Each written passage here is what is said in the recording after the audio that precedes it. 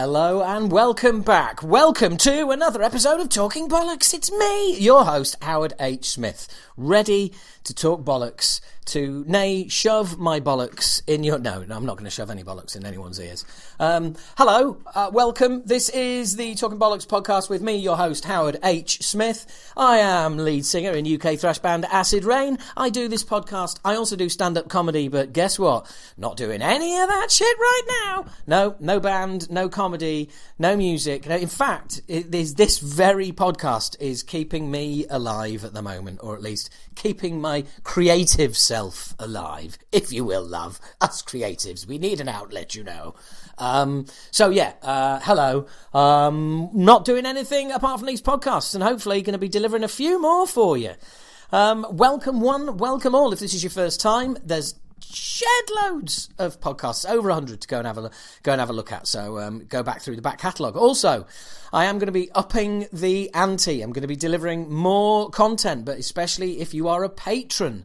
So if you have $5 a month spare, $6 including tax, it's still less than £5. Come on, sign up at patreon.com/Howard H. Smith. You will get extra podcasts. You'll get an extra show. I'm going to start doing the Radio Bollocks show again, but that will only be on Patreon, so you'll be able to get that there. You get the podcast early. You also get the opportunity to ask the guests questions by knowing who they are up front and submitting your questions. So anyway, it's really cool. Everybody who's on there at the moment seems to enjoy it. I'm going to be doing even more stuff, behind the scenes Acid Rain stuff, behind the scenes Talking Bollocks stuff. Yay, yay, yay, yay, yay. And this month, there is a shed load of extras. There's an extra 45 minutes with Michael from therapy. There's an extra half an hour with Russ Russell. So, you know, it really is worth signing up. I would say that, wouldn't I? So, what has been going on in the world of, well, just in the world in general? Basically, a lot of people have been self-isolating, and I'm pretty much one of them. Although when I was out, I did... Honestly, it's like, oh, hello, just people out shopping in the, you know, these, oh, hello, have you got any 1% fat milk? It's the fucking apocalypse, love, fuck off. It's been interesting times. We all live in interesting times. And in fact, what I'm going to do is I'm going to save the inverted commas Corona chat for right at the end of the podcast. Because if you're like me, you're kind of sick of hearing about it. Because, you know, you are. It's everywhere. So I'll do a whole bit on coronavirus towards at the end, instead of doing my usual, oh, thanks, guys, you're all wonderful. I mean, I'll probably still do that anyway, because you are. But, you know, just so you know. So, corona thing, later. Apart from to say that there are some upsides. Pearl Jam have cancelled their tour, so, you know, it's not all bad news. We announced Acid Rain. We announced a tour. I was accused of being. We were called irresponsible by one poster on Facebook, who's I'm not going to say their name. I'd have to look it up, and I can't be bothered. And it was just one person, bearing in mind that loads of other people were going, "Yay, great! You know, let's be positive." Bearing in mind, within a week, everything had changed drastically. But yeah, irresponsible for announcing dates that may or may not happen. It's like, oh, you're encouraging people to get together. And it's like, yeah, we are. Yeah, we are encouraging people to get together and celebrate and all the rest of it. Between May and November, not this week. And if not, and if we can't have the gigs in May, and if it's not safe, we'll postpone the gigs until it is. I mean, what a prick. What an absolute prick. Just this idea that just by announcing a tour, you're encouraging people to get together in mass congregations. No, not at all. Not until fucking months down the line, you absolute prick. But hey, you know, you still get people going out, wandering around. Oh, you know, I'm not going to let it bother me. Oh, I'm not going to. I mean, fuck me. I'm from Yorkshire. Some of the tales, you know. Oh, it's a load of bollocks. It is. I'm going. Yeah, that's not the fucking case. That really isn't the case. We all need to be as careful as we can. You see, I said I wasn't going to talk about coronavirus. Ends up being about coronavirus anyway. So let's talk about something even more depressing. Rat, Tom Kiefer, Skid Row and Slaughter join forces for the Big Rock Summer Tour. I mean, if it is a bunch of has-beens that you're after seeing, well, I mean, that's a lineup you've got to die for, really. That is looking very good for you. Now, I've got to be honest, I'm just checking here. Right, I'm just trying to see where it's for. It doesn't say what year, because if it's... I'm obviously thinking this... I haven't heard that it's been cancelled since. So, yeah, it's looking like... This is really weird. Big Rock Summer Tour. Let's play it. Fuck it. Here we go. There's the trailer for it. The Big Rock Summer Tour. Featuring Rat. With Cinderella's Tom Kiefer. Because nobody else really wants to play with him. Plus Skid Row. It's not really Skid Row because there's no setback. Slaughter. It really is Slaughter, but no one cares. Get ready. Here they come. The Big Rock Summer Tour. Featuring Rat. Haven't we done this already? Cinderella's Tom Kiefer. Yeah, mentioned that a few seconds ago. Skid Row. Yeah, sort of. Still them. The best of the era. Together in one night. Rat, Cinderella's Tom Kiefer, Skid Row, and Slaughter. The Big Rock Summer Tour. Are you sure you got the lineup there? That was 3 times in the space of a minute where they go right through the lineup. And do you know what? I'm even looking at the poster. It doesn't say what year is it. This right? Here we go. Because straight away it just starts going on about the bands, saying that you know what they did in the back in the day and all the rest of it. Every night of the tour will feature more around the back. Yeah, every night of the tour. When tickets go on sale Friday? Okay. We're looking to lay it down, the Big Rock... Oh, God, the band is firing on all cylinders, more than ready to show. Right, okay, great. Thanks a lot, Stephen. So they've all got their standard, yeah, we can't wait to go around and kick ass kind of thing. It's been too long, yada, yada, yada, all that bollocks.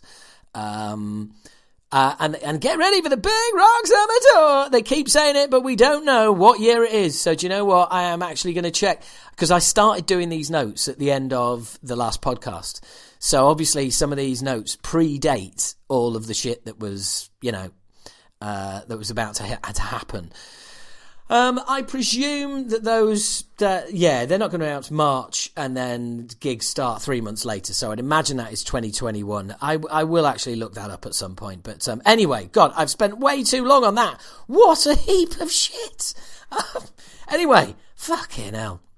Something that seems to have gone a little bit under the radar is original guitarist Vinny leaving Exorder. I mean, as we all know, us being us, me, you, us guys, the ones who did the interview with Kyle and Vinny from Exorder not long ago at the Underworld, and everything seemed fine. I mean, we had a nice old chat. Those guys seemed to be very much on the same page, very much the architects of the comeback and of the future as well.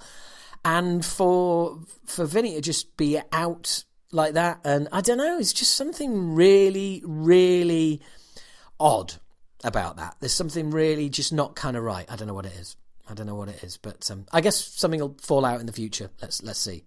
Something will fall out in the future. It's a bit strange, isn't it? Maybe they fell out. Maybe them falling out was bouncing around my head, and that's why I came out with that shit.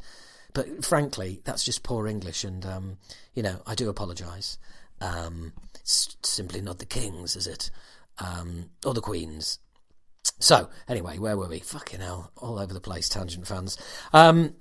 Bruce Dickinson calling out singers for using teleprompters, including Rob Halford. I just think it's, as much as I like Bruce, bless him, that is just a bit, it's getting out your box. It's rubbing people's noses. Yeah, well, okay, so you don't have a memory problem, Bruce. That's great. You're getting older, but your mind and your brain and your recall is as sharp as ever. That's wonderful. But some people of your age aren't blessed with that. So, it's horses for courses. I mean, I'm not brilliant with lyrics. I do have, times where I forget, where I sing the wrong bit, or I just forget, but I've always considered that fairly normal. And it's always different songs or different parts of songs that I get a mental block. And I'm only 49. I will, if I am still doing this at the ripe old age of 60 and 70 or whatever, I will definitely be using a prompt without a doubt. And I think Bruce is really lucky, and he's maybe just not really appreciating that other people out there may not. It's not just as simple as, well, just keep reading the lyrics, just keep learning them, and it'll be all right. And it's like, that's not what the problem is. Anyway, it was just a little bit sad. I just felt it was a bit out of order. Anyway, here we go. This is now the gift that keeps on giving. That's right. It's Manowar. Joey DeMeo, a year ago, the 65-year-old bassist said he was too young to retire and blamed some journalists for reinterpreting Manowar's 2016 farewell tour announcement in order to sell magazines. He told Bulgaria's Z Rock Radio, before I go any further, can I just point out two things? Okay? One, no one misunderstood anything. And two, reinterpreting their announcement, their farewell tour. Well, I don't think you need to reinterpret that. It's called the farewell tour. To sell magazines, inverted commas. This is basically how Manowar operates. A good friend of mine was going to interview them last year and was asked to submit all questions prior to the interview, to which he said, go fuck yourselves. It's not the 90s anymore. You don't get to do that, whoever you are. They live in their own universe. They are completely and totally unaware of reality and what happens everywhere else. He probably genuinely does think that journalists are out there misinterpreting things to sell magazines. That's right, because magazine sales are so fucking strong right now. He told Bulgaria's Z Rock Radio, journalists make their money by what they write, and photographers make their money by having a wow picture. But I'm very protected over our fans, and when people write shit that ends up affecting and causing problems for our fans, I get mad. So I'm not quite sure why I had to point out that journalists make their money by what they write and photographers make their money by having a wow picture. I'm not quite sure how that stacks up with the next part of that, which is, but I'm very protective over our I mean, it's just gibberish. In a 2017 interview with Outdoor Adventures with Jason, Manowar singer Eric Adams said he would miss the big stage after the band completes its final tour. He said, this is it. We've got one last tour coming up, but all good things have to come to an end at some point. That was all of 2017 ago. For fuck's sake. It is nobody misinterpreting or reinterpreting anyone's fucking words. You sad fucking twats in Manowar announced you were doing your last ever tour. It's gone quite well, and now you've decided to make out like it. You never said that in the first place, you bunch of fucking animal skin wearing dicks. Fucking Manowar. What have you ever done apart from some pathetic fucking songs about horses and rivers and fucking battles?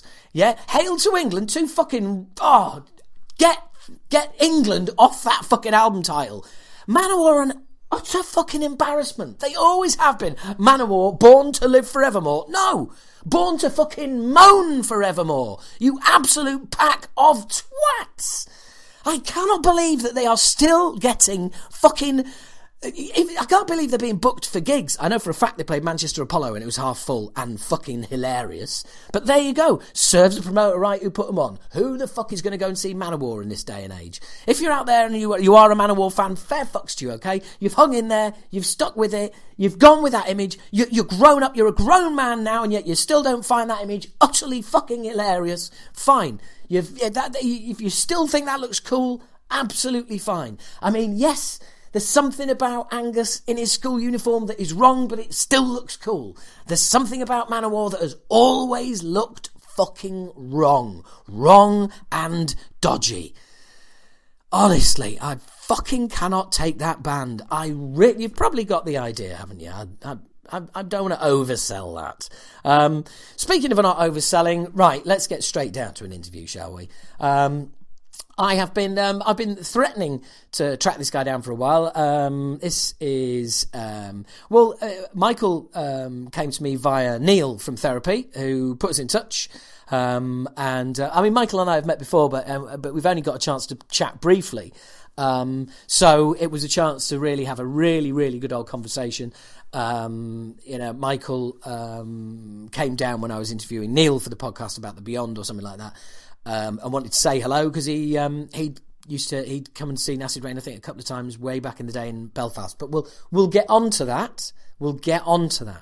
But for now, this is pre-Corona lockdown. Here is my chat with Michael McKeegan from Therapy.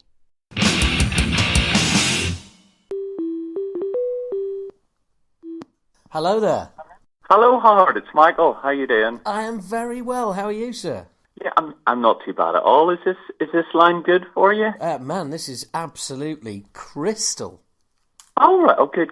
Yeah, it can be a bit hit or miss in our place, but that's good. I'm glad I'm going through. Oh, mate, it's usually it can be a bit of a nightmare. Skype and Facebook Messenger I've started using recently as well, but they're just both a bit unreliable. Brilliant. Okay, well, this is good. Yeah, cool, man. Well, look, it's nice to finally get a chance to have a chat because we've kind of, our paths have crossed a few times at some of your shows, but we've never really had a chance to sit down and have a chinwag. Yeah, absolutely. No, it's long overdue, as you say. Yeah, I mean, going back a long way. I mean, I kind of found out sort of through Neil that that you attended one or more of our Rosetta shows back in the day. Yeah, absolutely. Yeah, I think it was two of them I was up at. Yeah, I can't now. Details are a tad blurry. Yeah. We're talking back in the midst of time, but I think there's definitely one in 88, I think. I was definitely at, and possibly the one prior to that, which might have been 87, I think, maybe 87, 86. I think we'd have been over I think 88 would have been the earliest we'd have been over. Oh, right, okay, so maybe it was just that one show then. But yeah, definitely, I remember the gig well, kind of a low stage and, much carnage. Oh, man, there's on our YouTube channel, there is video of one of the Rosetta shows, and it's just like, it's not great quality, but even on that video, you can see it's just like, oh god, this was just insane, And they were. I mean, they were awesome shows. They were, and it was weird for us because, of course, I think they were probably the first shows that we played off the mainland. So, and I think our first ever show. As we came in down the main road, there was I think there was a bonfire on the Falls Road and it was 20 years out to the day of like the Troops Out campaign. Welcome to Belfast. I know. So we're driving in, and it's just like, oh god, what have we done? I know. Whose bright idea was this? Yeah, exactly. Went to the. Got to the B&B and told that, like, no, we didn't have any reservations, despite the fact that we did. And so it, like, ended up in basically any old B&B that would take us in. And so we finally got into it, and then we went down into the bar, and the bloke in the sort of grumpy-looking local, sort of looking at us all, sort of as we came downstairs, stood in the bar, and he just goes, he heard us talking, and he just goes like, I use acid rain. And we were like, yeah. And he goes, right, let me buy you all a drink. And he's just like stood there buying us all drinks for the rest of the night. So it was a lovely introduction to Belfast in the end. Yeah, it's crazy when you kind of you make your first foray outside of your home turf or something like that. I'm sure you probably remember going out to Europe for the first time and kind of realizing it's like, wow, people, there's more than 4 tins of warm lager, and yeah, kind of there is a stage and there's a PA and there's people here that are actually up for it. It's kind of it always blows my mind when you go somewhere and you think, actually, I'm from a small town in Northern Ireland, but we're here, there's a gig and there's people who want to hear our music. It's a brilliant but quite bizarre kind of feeling, I know exactly what you mean. I'm kind of like you sound like me in many ways. I still find all of that like I still have a kind of like a childlike fascination with it. Do you know what I mean? Like, mate, you have to. I think it's kind of I think there's so much cynicism around in the world, and in a lot of cases, rightly so, because there's so much bullshit and nonsense being spread and talked about. But there is always a part of me. I just think back to when I was a kid and I just wanted to be in a band and just reading Kerrang and Metal Forces and flicking through them and seeing the bands and going, wow, they're out there doing it, and to actually have the privilege of being able to out there and go. There is a lot of pinch yourself moments. You go, oh my God, this is so cool, and obviously, there's a lot of stress, and the travel aspect of it is quite hard and stuff like that. But it's when you get there and you see those welcoming faces in the crowd, and the adrenaline kicks in. It's such an amazing, privileged experience. It's absolutely fantastic, and I think, probably coming from that, punk and metal background, for us, it was a very working class kind of thing. You know what I mean? There was no one gave you big wedges of cash to go and buy, a top of the range Strat or anything like that. You had this pocket money, and you'd save up and you'd buy, the cheapest, Ibanez that might stay in tune, it might not. You know what I mean? You kind of learn everything on the hoof, and it was very DIY. There was, like you say, you go over and there's, where are we staying? I don't know, maybe at B&B. We'll try that. There's a big aspect of that to it now, and I think for bands like us, that stands you in really good stead. For, I suppose, with regard to longevity and for actually doing it for the passion of it. I think, well, yeah, and God, you guys have had some real pinch me moments, and over the years. But you've also, I did something I hardly ever do, which is a bit of research this morning. Oh, yeah. Why not? Why not? Buck the norm. Yeah, exactly. Fuck it, I'm going to be prepared for this one. But even from afar, you're a band that I know have had ups and downs, and I mean, we were kind of, when you guys were first kind of setting out, I guess we were kind of, we were sort of up there and then disappeared very quickly. So I remember, about 89, you guys started sort of kicking around, didn't you? That was it, yeah. First gig, 89. Yeah. And, it was, interestingly, we've kind of, with this year, 2020, being our 30th anniversary, there's been there's been a lot of talk about, do you remember that? A bit of a look back over the years. We've the sort of projects we're working on, kind of retrospective stuff, and we've had some, reissues in the last 5 years or so. So you go and get the hard drive out of the attic and, go through all the old, scans and stuff to put together, artwork and stuff. And it's interesting looking back, because a lot of those things, it was very much a gut reaction thing. You just did stuff because it seemed like the right thing to do at the time. There was no, you know, we were very, you know, very into what we did musically and wanted to have a real quality there and in the live shows, but there was never, you know, our first kind of 10-year collection best of thing. We called that So Much for the 10-year plan. Yes. And this tour is So Much for the 30-year plan, because it was never really planned. You know, you just did stuff because that's where your gut told you. It was like, this feels right to play, this feels right to do, and it stood us in good stead. It wasn't about,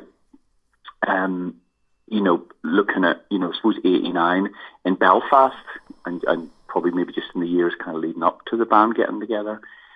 Every band, it was either Guns N' Roses or U2. That was what every single band sounded like. There was nothing really there that spoke to us, you know. Yeah. You know, there was nothing really attractive, you know, and, you know, coming from that punk and, you know, metal background, we knew it was going to be noisy and stuff, but we kind of looked more, we just took on board anything that we liked, you know, and in a way it was possibly to our detriment, because a lot of people will be like, well, they sound a bit weird, you know, they're not a straight metal band, they're not a straight post-punk band, you know, they're not a straight indie band, but bizarrely we were able to fall into a lot of positions where we would be able to play to those kind of crowds and attract an audience from people from those backgrounds. It was good, and I think a lot of that was maybe back then, and especially in Northern Ireland, there wasn't such a big, you weren't bombarded with media all the time. You know, there was, if you were into, I don't know, if you were into like thrash metal or whatever at school, you probably gravitated towards the guys that, you know, were into punk, and, you know, they would have given you their Kennedy's records and you would have given them a Creator album, you know, type thing. And, you know, that's how we would have, you know, heard bands like Joy Division and, you know, Sisters of Mercy and The Cure and stuff like that. And then, because it was such a small scene, all kind of the, in inverted commas, the weirdos kind of banded together.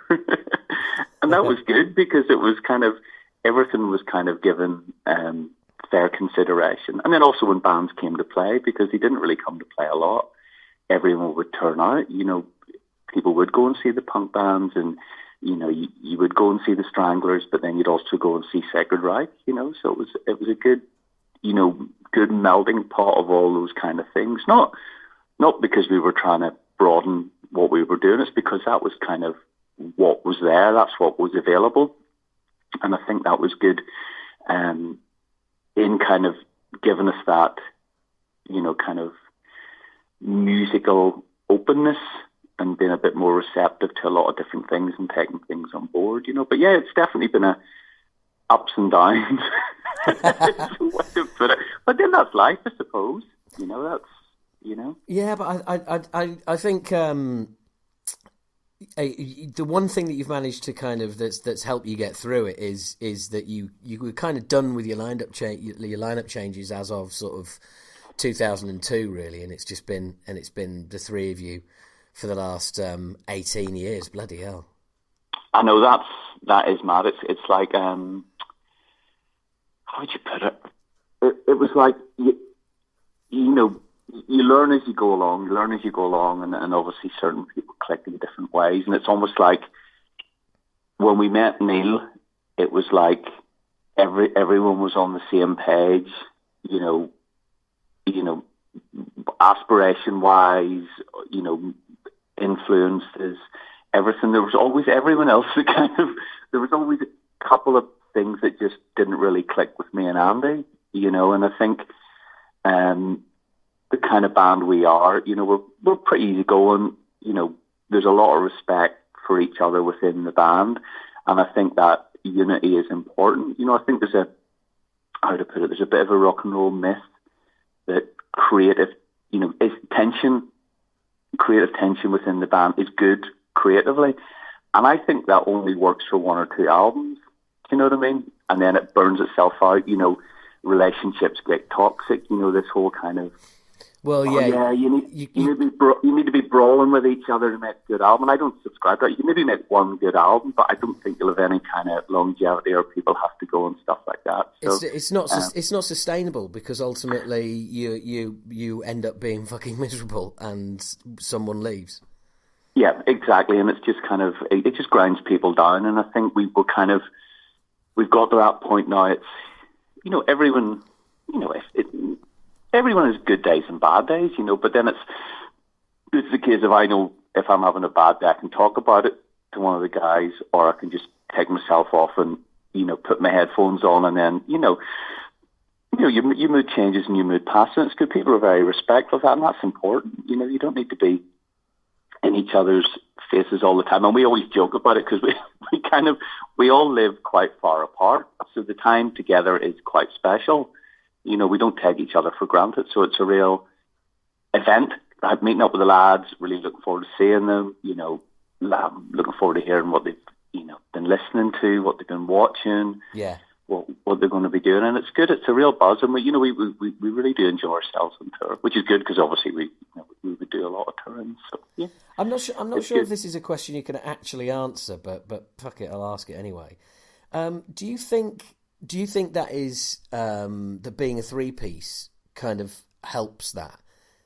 As in, it's, I don't know, because the theory being it goes one of two ways, doesn't it? More members means less concentrated time together, which means in theory kind of less arguments, less disagreements. Or do you think that just being a three-piece makes it's so close that you're kind of always how each other are feeling, etc., and any problems are pretty quick to be identified?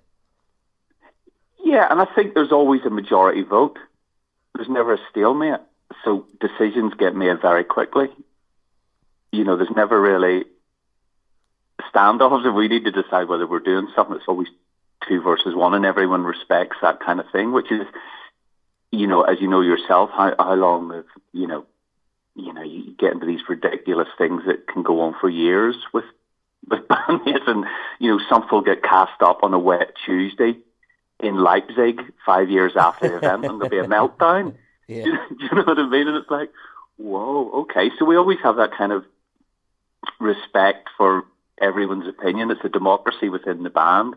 And I think we have a thing called the paper bag moment. When we're doing anything, or we say, look, is this a paper bag moment? Are you so embarrassed for this you want to put a paper bag over your head? Is this a paper bag moment potentially? And if anyone says, yeah, you know what, this could be a paper bag moment for me in the future, then we just don't go with it, because it's not worth dragging that kind of thing out. And I think also musically, with the three of us, everyone needs to be on it. There's nowhere really to hide. We were a 4-piece for a while, and I found it quite odd as a bass player, because there was a sonic space, sounds like Hawkwind album, a sonic space that I kind of had to move away from, because there was another guitar, a rhythm guitar there a lot, and obviously on the records there's 2 guitar parts and things, but it's written as a 3-piece. Yeah. And everyone's role is very defined, and you can't really go, I'll phone it in tonight. You know what I mean? Because there's nowhere really to, there's nothing to cover it. There's no nowhere to backup. hide. There's nowhere to hide, and I like that. Sometimes it's like, oh my God, there's a lot of pressure here, but I think that keeps you sharp and stuff. I do remember vividly. We did a festival quite a few years ago with Green Day, and we would have known those guys way before, the big American idiots, because before pre-Dookie, actually. We'd met them in North America touring and stuff. And then we bumped into them quite a few years later, where they were headlining this enormous German festival, and we were on the bill, and I was talking to the drummer, and I was going, yeah, it's great to see you, 3, punk rock 3, that's 2, 3 punk rock 3 pieces. And he goes, yeah, it's just there's kind of 7 guys on stage with us now. Fucking hell. And I think he was a bit kind of embarrassed, but it's a bit like, that's just what it takes now to to do all the extra bells and whistles and stuff. And I totally get that as well, you know, but it was kind of funny because in my head I just saw them as the three-piece band, and that's obviously how they come across, you know, and stuff. But right enough, during the gig, you know, 2 extra guitarists, keyboardist, player, backing vocalist, blah, blah, blah, you know, so and it sounded massive, you know, but it was quite funny as well, so... But the thing is, I think, you know, three pieces, there is definitely something about it, without a doubt. But you've always kept your, you know, from those early days, you've been through a really weird kind of, there was that whole, Nirvana are huge, and you lot are three piece as well, and play slightly loud music, so you're going to get thrown in with that scene. You know, yeah. you've been part of the metal scene, and you know, I mean, having seen you on your last tour at the Islington Academy, it's really weird. It's like, it's almost like your audience is half metal, half New Model Army fans. I don't know what else to say. You know what I mean? It's its own thing. That's brilliant. Well, that's what I love about it, you know, because I think, you know, every kind of, you know, sometimes I must admit, I do look out at the crowd, and it's such a diverse mix of people, and, you know, the front row, especially when you see the kind of the logos, it really does range from the, you know, the unpronounceables, you know, or the unreadable kind of death metal type logos, right up to some guy in a nice Hugo Boss polo shirt. It's a crazy old mix of people, you know, and I think I think we're lucky to have that, you know. I quite like that, and I think we it wasn't really a, you know, how do you cultivate that, you know? I don't really know how we could have got to that point artificially. It's just something we kind of do, and it's you know, people come into it, and it's quite it is strange when, you know, we're kind of the metal thing. That's kind of my background, and Andy probably would come. I'm sure he won't mind me saying it. Punk was his first big love, you know. So we kind of come from different angles like that, and then Neil's, you know, into kind of everything really, you know. So that kind of just, it ties it all together. So it's quite a good, you know. And you know, you know who I'm going to be talking about, but you know, there are a lot of bands who it's a formula, and when you get it right, it's such an amazing formula. You know, AC/DC, Motorhead, the Ramones, Bad Religion. You know, you're less than 10 seconds in, and you know exactly who it is. You know, and a lot of bands have tried to replicate that, but they don't have that kind of. They don't have the uniqueness of the bands, and sometimes we joke about it, say, wouldn't it be great to be, you know, imagine you were a formula band like Motorhead, because it would just be a list of do's and don'ts. Do you know what I mean? Yes. And lyrically as well, it would be so easy. It's like, you know, we're going around cheating with this. You know, it would be so kind of. I know exactly what you mean. Yeah. You know, and then you think, and then it's kind of easier because then there's whole kind of, I suppose, outlets for these kind of formula type things as well. There's a whole kind of set of festivals catered towards that vibe. Yeah. There's even, you know, clothing brands catered to. It's almost a bit like, you know, sometimes you go to, and I say, I'm not just talking about, and you know, I see it on my doorstep. It's almost a little bit like dress up for a lot of people. It's like, it's Saturday night, I'm going to get, you know, the gear on, the outfit on, and I'm going to rock out like it's 1983 or 1979 or whatever. And it's kind of an amazing thing. You know, it is a wee bit like, I suppose there's an escapism thing, but it's almost like you buy into the whole lifestyle that you're going to drink. You know, you're from Larne in County Antrim, but you're going to drink some bourbon and listen to a band, you know, singing about cruising around America, being awesome. Yeah. You know, and good on you. You know, there's that escapism thing. But for us, to have it such, you know, a formula so on a plate, so to speak, and also lyrically, it wouldn't really sit very well, you know. And I think there's kind of certain lyrical tropes that you can kind of just rearrange from here to eternity, and it kind of says nothing, but it kind of says everything in a way. It's such a weird kind of thing, but we never had that. I suppose we're possibly, we're too restless, and even when we, I suppose with that massive commercial success we had with Troublegum, sort of, mid-90s, we probably should have, if we had been a bit more conniving and possibly a bit more manipulative, we could have distilled that into a formula and possibly made another album, a continuation of that. Do you remember at the time? Do you remember at the time there being any kind of influence behind the scenes for that to happen? Well, the weird thing was, Troublegum, it happened very naturally because it was just the next step. Yeah. For us, to me, that's what it sounds like. It sounds like the next set of songs. Yeah, with a much better focus and production. It wasn't, there was no agenda behind it. Oh no, I'm good. I'm glad.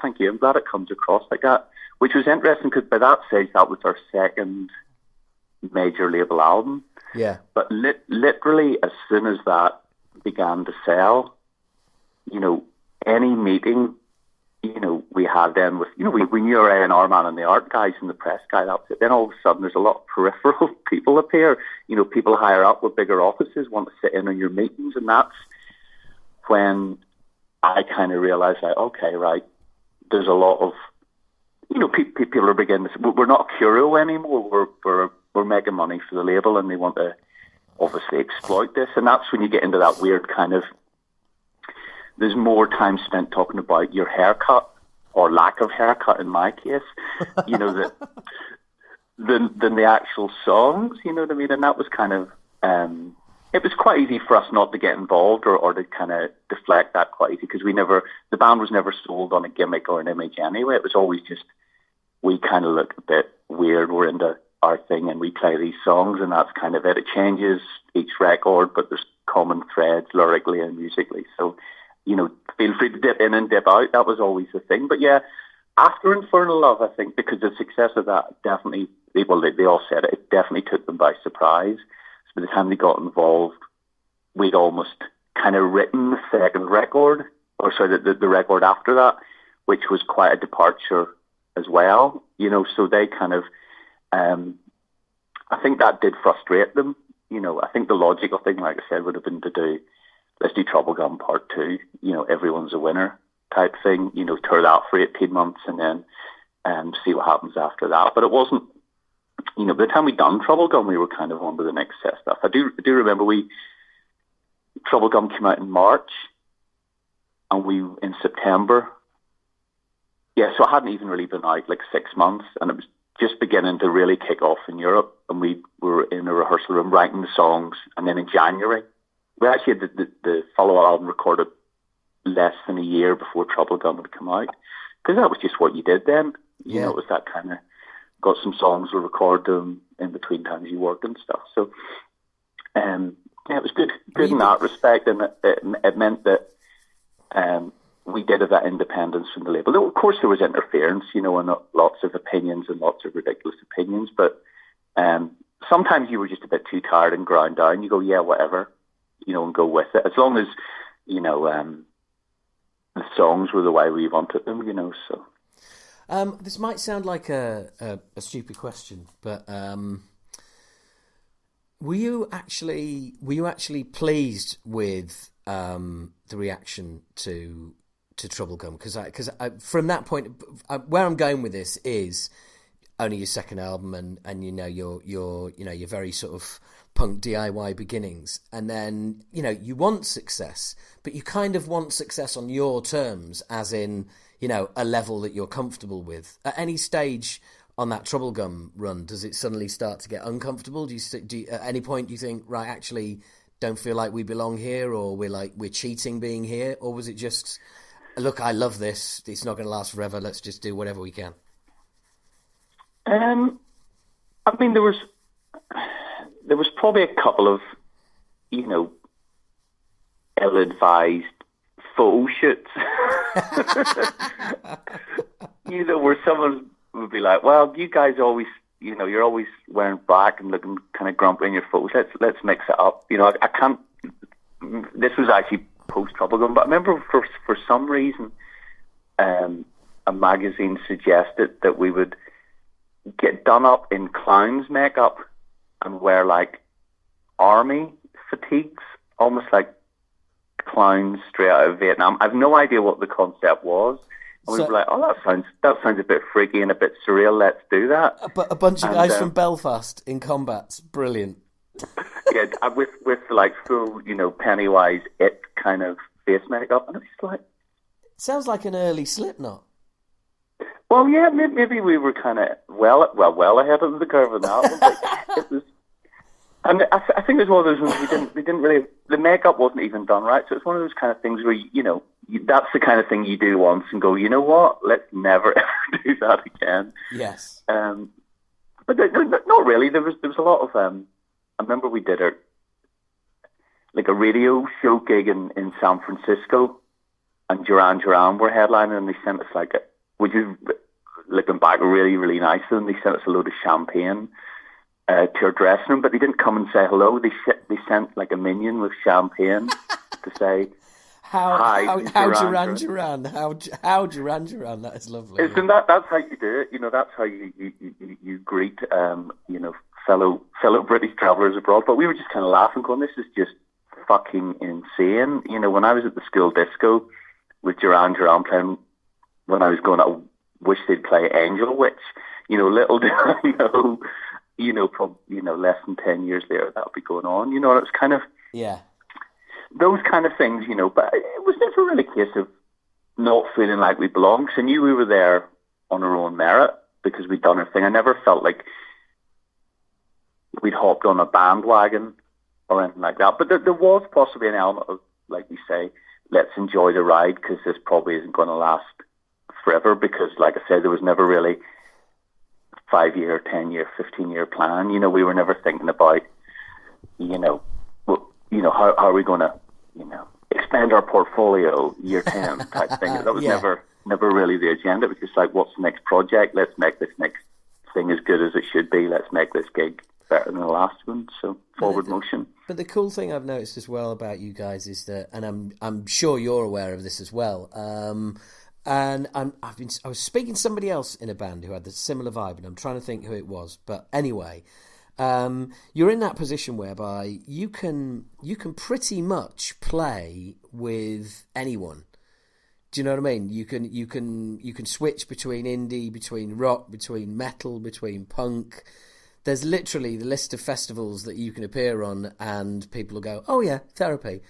It's like just goes across all sorts of genres, and that is so rare. That is so rare to be able to do that. I mean, do you get to? You obviously get to do things that I think other bands of your ilk, of your era, just don't get anywhere near, because musically you've been quite eclectic over the years, and you have a very established fan base. Are you aware of that? Are you aware of being able to sort of dip in and out of scenes and stuff? Yeah, I think you can kind of look at. I mean, I'm just looking at, like, last year we did Boomtown Festival, which was it's mostly DJ and electronic artists. Yeah, and it was weird. It was a kind of like us, Killing Joke, Napalm Death, and At the Gates were kind of the bands that I kind of knew, and there was just obviously a lot of the DJ names I was aware of. I didn't really know the music, but it was just kind of, and it's nice to do that. We also, I suppose back in the day, a lot of the festivals we would have done, we could, you'd be playing with, like, we can do Hellfest, but then we would have done a festival with REM or Billy Idol. Yes. You know what I mean? Yeah, absolutely, yeah. And then Slayer. yeah, exactly. But sometimes, you do look out sometimes, and I just think, I'm sorry. You almost feel like a point, I'm really sorry, but this is going to be a real fucking racket, and those kids, you might need to take your children out of here right now. But, that is what it is. And we don't, occasionally we'll change a set up just depending on the nature of it. We're not going to bust out 7 cello ballads Yeah. at Hellfest, for example. It's going to be that kind of set list kind of writes itself. But, we don't, if it's more, I would say, more of a middle of the road bill type thing, we don't tone it down because I think that's what people want. You know what I mean? You can't start doing that. In fact, we would nearly ramp it up. Let's play all the really fast ones. So it is good, yeah, and it's nice to be able to do that. One of the most interesting ones we had in recent memory was we did a tour with the Stranglers a couple of years ago, and they've quite a very partisan crowd. You see a lot of people do the whole tour. We did a UK run with them. I think it was about 20 shows over like 28 days, all around the UK. So we were really kind of hitting everywhere in the UK, which was brilliant. And that was really interesting because we were just like, well, what's the sketch here? Because we haven't really done a lot of supports, especially kind of, maybe one-offs here or there, but not like a whole tour, So we wanted to make it so that everyone kind of had a good time, the audience as well, So we just did our thing, and it was great because as kind of word spread, maybe the third or fourth gig, you could kind of see more, you could see people being won over, kind of someone who'd been at the Glasgow show that maybe didn't look that impressed, or did the usual, get on with it, stranglers, but 2-3 shows in, or even, most nights, a few songs in, everyone was right on board, and that was quite good as well. I don't think sonically, us and the Stranglers, we're kind of up-tempo rock bands with tunes, I don't think we're sonically a million miles away, but kind of that perception, and they did have, there's kind of an older punk crowd there as well, which probably was a bit like, go on, impress me.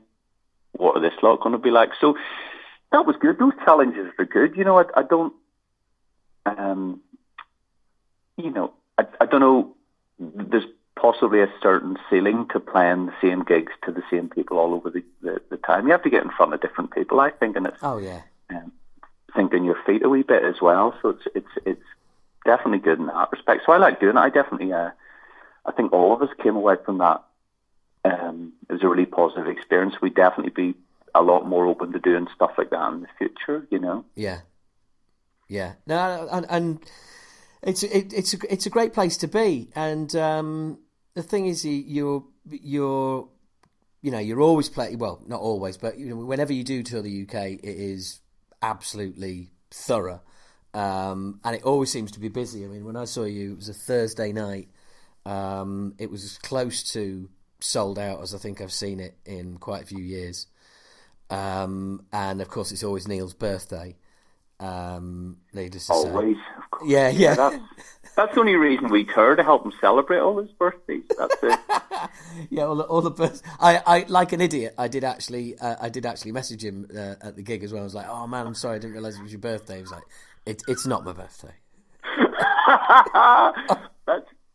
That's one of those things you do once as a joke, and then it kind of gets out of hand, and now it's kind of, he might, I think it's a contractual obligation now. I think legally we have to say that every night now. I think he's written it into his contract. But yeah, no, it's good. Things like that. You know yourself. A little bit of stage craft and humour goes a long way to getting people on board, and you know how the joke can extend and get pulled out, and then it'll come back. Exactly, yeah. And your fans buying into it as well, and turning up with cakes and shit like that. I think is brilliant. Exactly. Oh, we've had cards, and then of course the last night of the Stranglers tour, we went and did the gig. I think it was the Manchester Apollo. Back up to the dressing room, and fair play to the Stranglers. It must have taken them ages. They had bought and written about 100 birthday cards and set them all up through our dressing room. You couldn't even walk in. There were just cards everywhere. It all to Neil, happy birthday, you cunt. Basically was the message. But they'd obviously sat and signed them. It obviously taken them a couple of hours to sign them all up. And I thought that's very good. So we did have a... Yeah, that is absolute class. That really is. Yeah, it was touche, lads. Nice one. Thank you. Brilliant. Well, you guys, When's the last time? By the way, when's the last time you were out in the States? Do you know what that is? I can't even remember age. Right. 15 years plus, probably. Really, Yeah, right. So it's just not one of our not your bugbears. territory. No, and we haven't. We get increasingly. The cry goes up. Every time we announce tour dates, and we did tour there a lot, like 90s. Yeah. Especially, we did a lot of touring there, and I know we've got a lot of friends there, and we've got quite good pockets of support. Anytime we go, the gigs are great. We play like 200 capacity, 300 capacity, New York, Boston, kind of the bigger towns, and they're always packed, and good, Yeah. So I don't know what it is. It's just never really hasn't clicked. We just haven't really been invited. I think that's the bottom line. With any of these things, it's the usual. Why are you not playing my local town country festival? Yeah. And it's like, Yeah. well, it's kind of on an invite basis. We don't just rock up and say, right, we're playing. You kind Yes. of, as you have to go through this kind of thing, and it does annoy me because, well, not annoy me, annoy me's too strong. It vexes me a little bit just because, a lot of the music, I love American culture, I love the music, I like the vibe that, the shows are good out there, and I don't know, maybe there's so much going on with their own, and I understand promoters kind of, there's so much, local and talent there anyway, maybe they just think, well, why would I book these guys? It's too much of a punt, so I always say that is one thing, we would really like to do, sooner rather than later. It's always there, kind of, if we did get a decent offer to go to the States, we would definitely try and make it work whatever way we had to do it, and it wouldn't, we've done tours before, we'll go out with no crew and stuff just to make it happen, financially. So it's not no one's not going because we're not going to get rich or anything like that. It's kind of, I'd love to do it as just an experience and just for the great support we've had from over there, But the thing is, we're in times now whereby you need somebody who's going to commit to something like $5,000 off the bat just to get you to the country. Yeah, we've obviously all had friends and bands that have kind of got horror stories and got stitched up, and the visa thing. It's kind of it is a bit of a punt, and I think we're no one's got any warrants out on them or anything like that. We're pretty, we're clean travellers and all the rest of it. It would kind of be a no-brainer, but that's just where we're at now. But yeah, I know what you mean. It is a bit of it is an outlay, and maybe it's just easier to go for other people. And I totally appreciate that as well, But also, we live in a time now where, as a band, you have to be incredibly discerning, because ultimately you can't afford to end up in a territory or on a tour where you look at the figures and thinking, shit, why did we do this? No, God, no. It has to make sense like that as well. And we've got a few different, and with that now, obviously, with technology and, budget airlines and, the way communication's a bit more open now, you can kind of, we can tour in a few different formats. I was actually talking to a friend of mine last night. He works for another band, kind of much bigger than us, poppy type pop rock band. And he said it's a nightmare because they fly all their gear everywhere.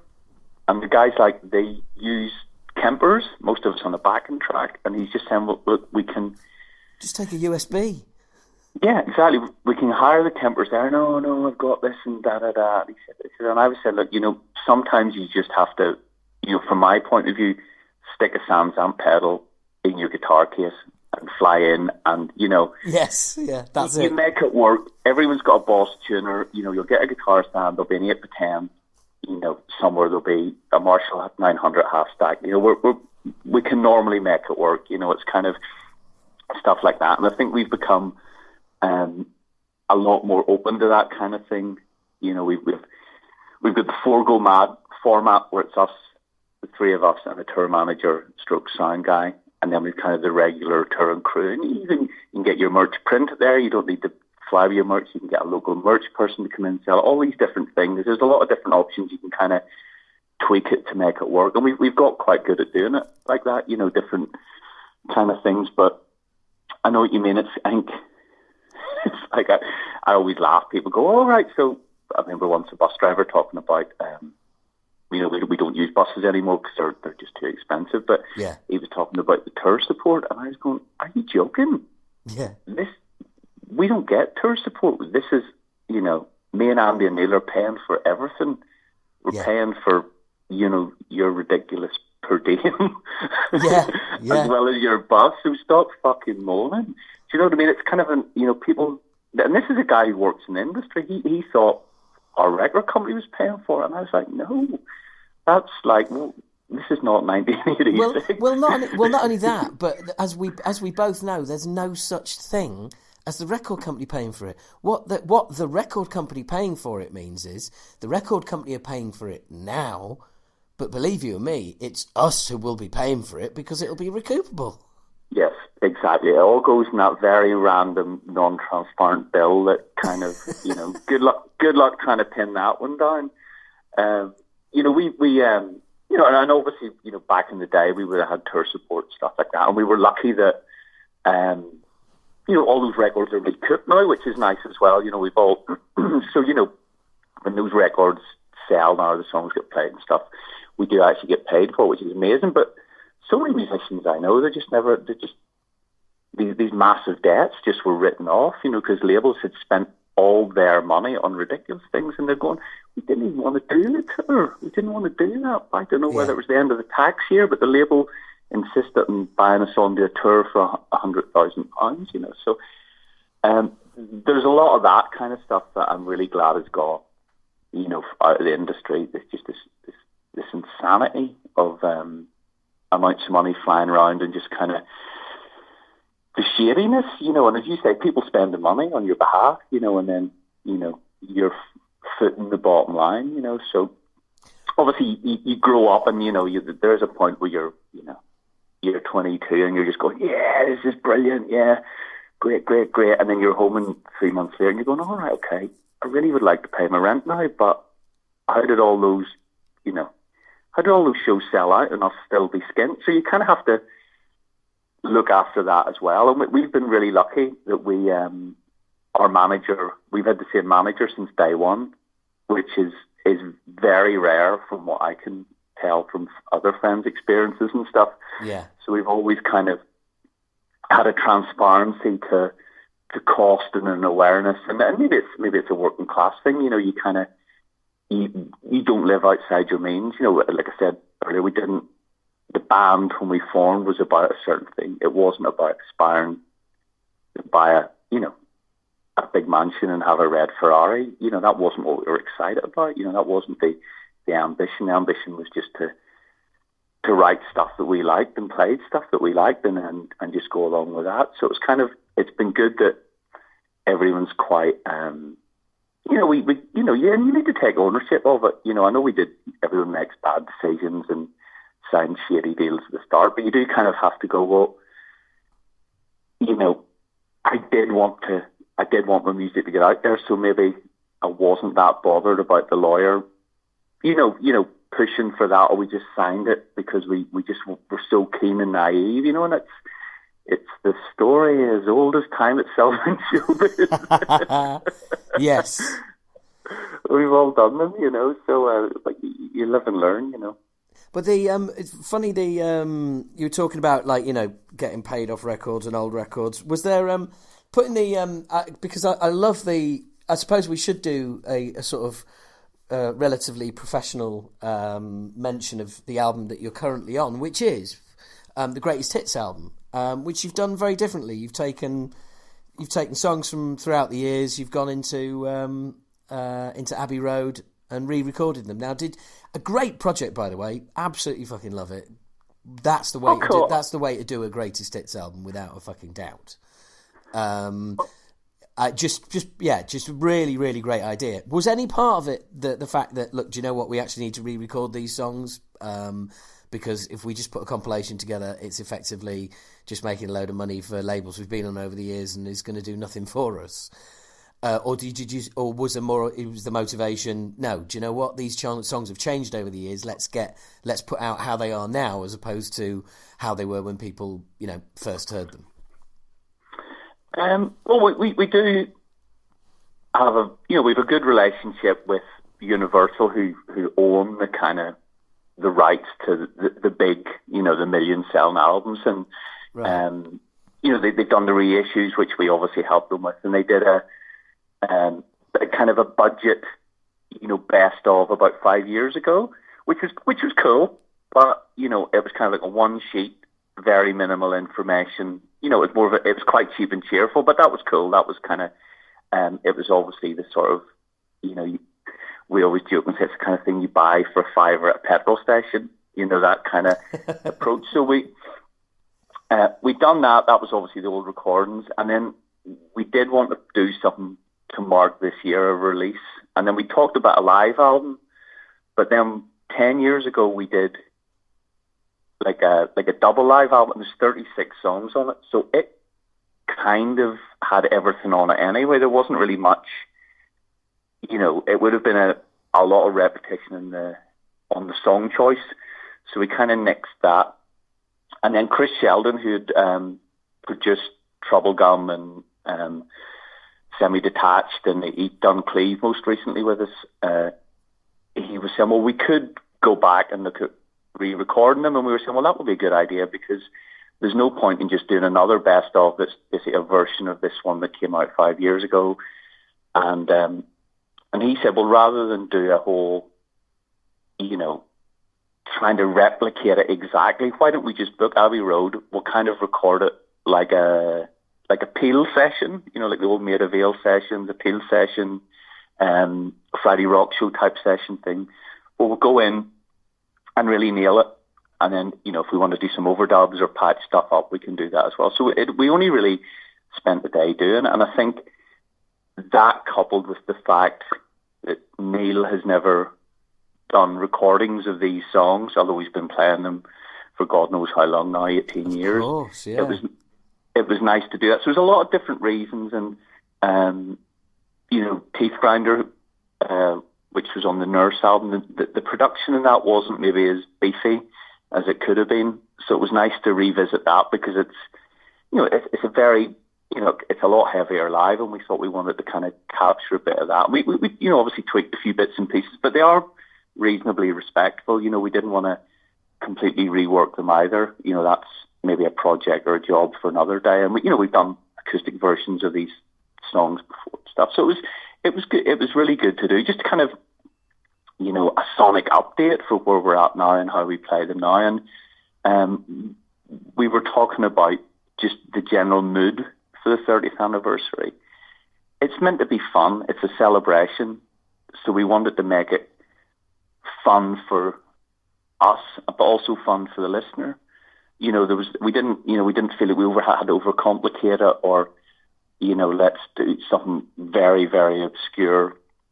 Let's do something that people can really get their teeth into. And it was nice we were able to do Die Laughing. We got James from the Manic Street Preachers. He did a vocal and did some guitar. So it's kind of a different vibe there and stuff. So there's a few different things on it, which is good, but it's kind of, we're not messing with anyone's memories of these songs, because we do appreciate it, that people really relate to the songs and the lyrics and stuff. So we weren't going to start changing any of that. But it was really, really good experience. I'd never been to Abbey Road. Like, we've had stuff mastered there before, but I wasn't there in the mastering session. So I was just really intrigued to go down there. And it was a brilliant day. It was so good. We were, in and out pretty quick. But it was a really good vibe. A lot less corporate than I thought it would be, especially with the studio that's so world famous, and it's there was a lot going on that day we were in there. People coming and going and all the rest of it. But it was, really good. I really enjoyed it. And it was kind of, it's a nice, 30 years in the business. You say, yeah, I've recorded at Abbey Road. Yeah, let me tell you about my time at Abbey Road. It's one of those kind of, I always say those kind of things when when you meet people that don't maybe know anything about your band or anything like that. You go, yeah, I've been on Top of the Pops. Yeah, recorded Abbey Road. You know, those are the kind of things. And my parents were ecstatic when I was telling them that's what we were up to. You know, that's a real benchmark for them of, you know, a Success. relatable benchmark. You know, so that was it ticked a lot of boxes. And as I said, it was good fun to do, and it came out really good. I'm really, really delighted with playing on it and what Chris did when he mixed it as well. Yeah, I was looking. That came up in your history, playing Top of the Pops. That's really dated you there, mate. I know. I wouldn't mention that to anyone under probably 20. What? You're in what? Have you ever been in Love Island, mate? Yeah, exactly. Yeah, something really impressive.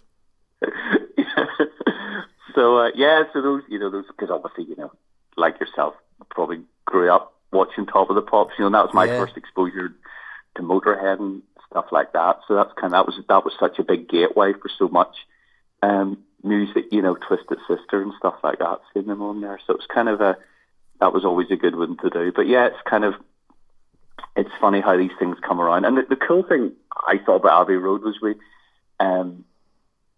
were in doing the recording, and then we went down to the canteen. We were having our lunch there, so we thought, right, let's get some food and do that. And then Chris Sheldon had worked on the Rocket Band soundtrack with Giles Martin, who's George Martin's son. Yeah.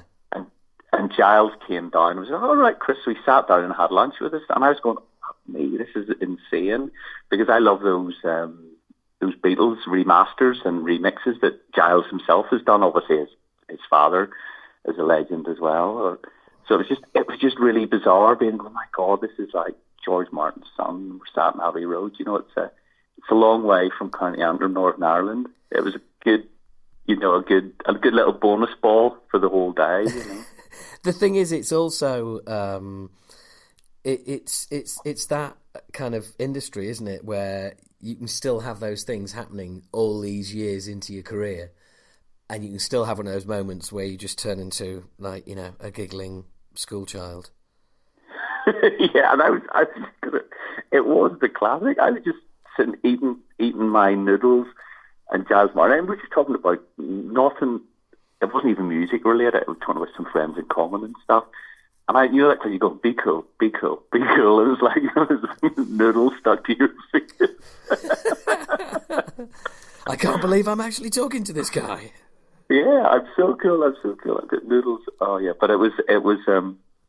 Yeah, I think things are brilliant. I love them. You know, obviously, you know, being a huge fan of music. You know, growing up and having so many heroes, that we've been really lucky that we've met a lot of them. You know, and I know there is the old adage, never meet them and stuff, but honestly, everyone's been pretty much great that we've met. You know, I totally agree. I've had the same experience, exactly the same experience, and. One thing I did want to ask you as well, though, is back in those early days when, you know, you were coming to Rosetta and seeing my band for the first time, you would have been like pretty much on a solid diet of thrash metal back then, or were you? Was that the case? Because being in the north of England, I think I had a similar experience to you in Belfast, which is if you're into metal and something metal was happening, you went. You might not even like the band, but it was just that kind of sense of community because there wasn't that many things that would go on. Yeah, absolutely. You know, we celebrated metal in all its forms. It was, even when your mate's terrible glam rock band was playing a local pub, you kind of went. You know, because they might play an early Motley Crue song, you know, as part of the set, which is always a wee bit of a treat. But yeah, there was a lot of... Do you know what? You've just reminded me of something. You really just reminded me of something, and that is going to see local bands with friends in, and basically all of you just waiting until they play some covers. So you have to, like, you know, just put up with them, put up with their stuff. Yeah, totally. So you just say, "Oh my God, it's terrible. Please, just play Seek and Destroy." Yeah. Play in League with Satan. Play in League with Satan. Come on, get on with it. No, it's nuts. But yeah, we were very into the thrash thing. Like, I suppose AC/DC was the first kind of great love, and then, I suppose we worked away at Aussie. We're really into Aussie, actually, because that was kind of Talk of the Devil. That was the big one. I was aware of Sabbath, but I'd never really, because they were kind of done and dusted at that stage, they kind of, and which is crazy when you think this would have been only, 1980, 81 or whatever, so they'd only been really, they'd only been around for about 10 or 12 years at that stage, so it just seemed like a long time ago. Led Zepp, that was what your older brothers, friends listened to. So yes, yeah, and also I was told that they weren't metal, so Well, exactly, yes. I couldn't really get on with, he plays acoustic guitar in some songs. No, I don't think so. Yeah.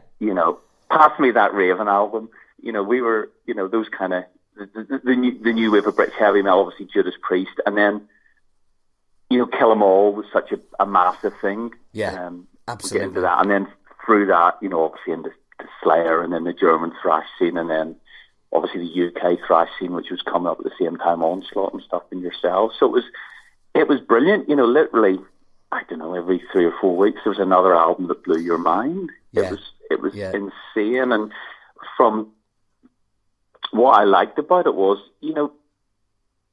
people making the music didn't seem that much older. They weren't talking about, mystical mountains and things like that. It was kind of, nasty but relatable and down to earth and quite, everyone kind of dressed the way you wanted to dress. You kind of, it wasn't about wearing spandex or having ridiculous kind of costumes and stuff. Although we obviously all did love Kiss and all, but it wasn't about that.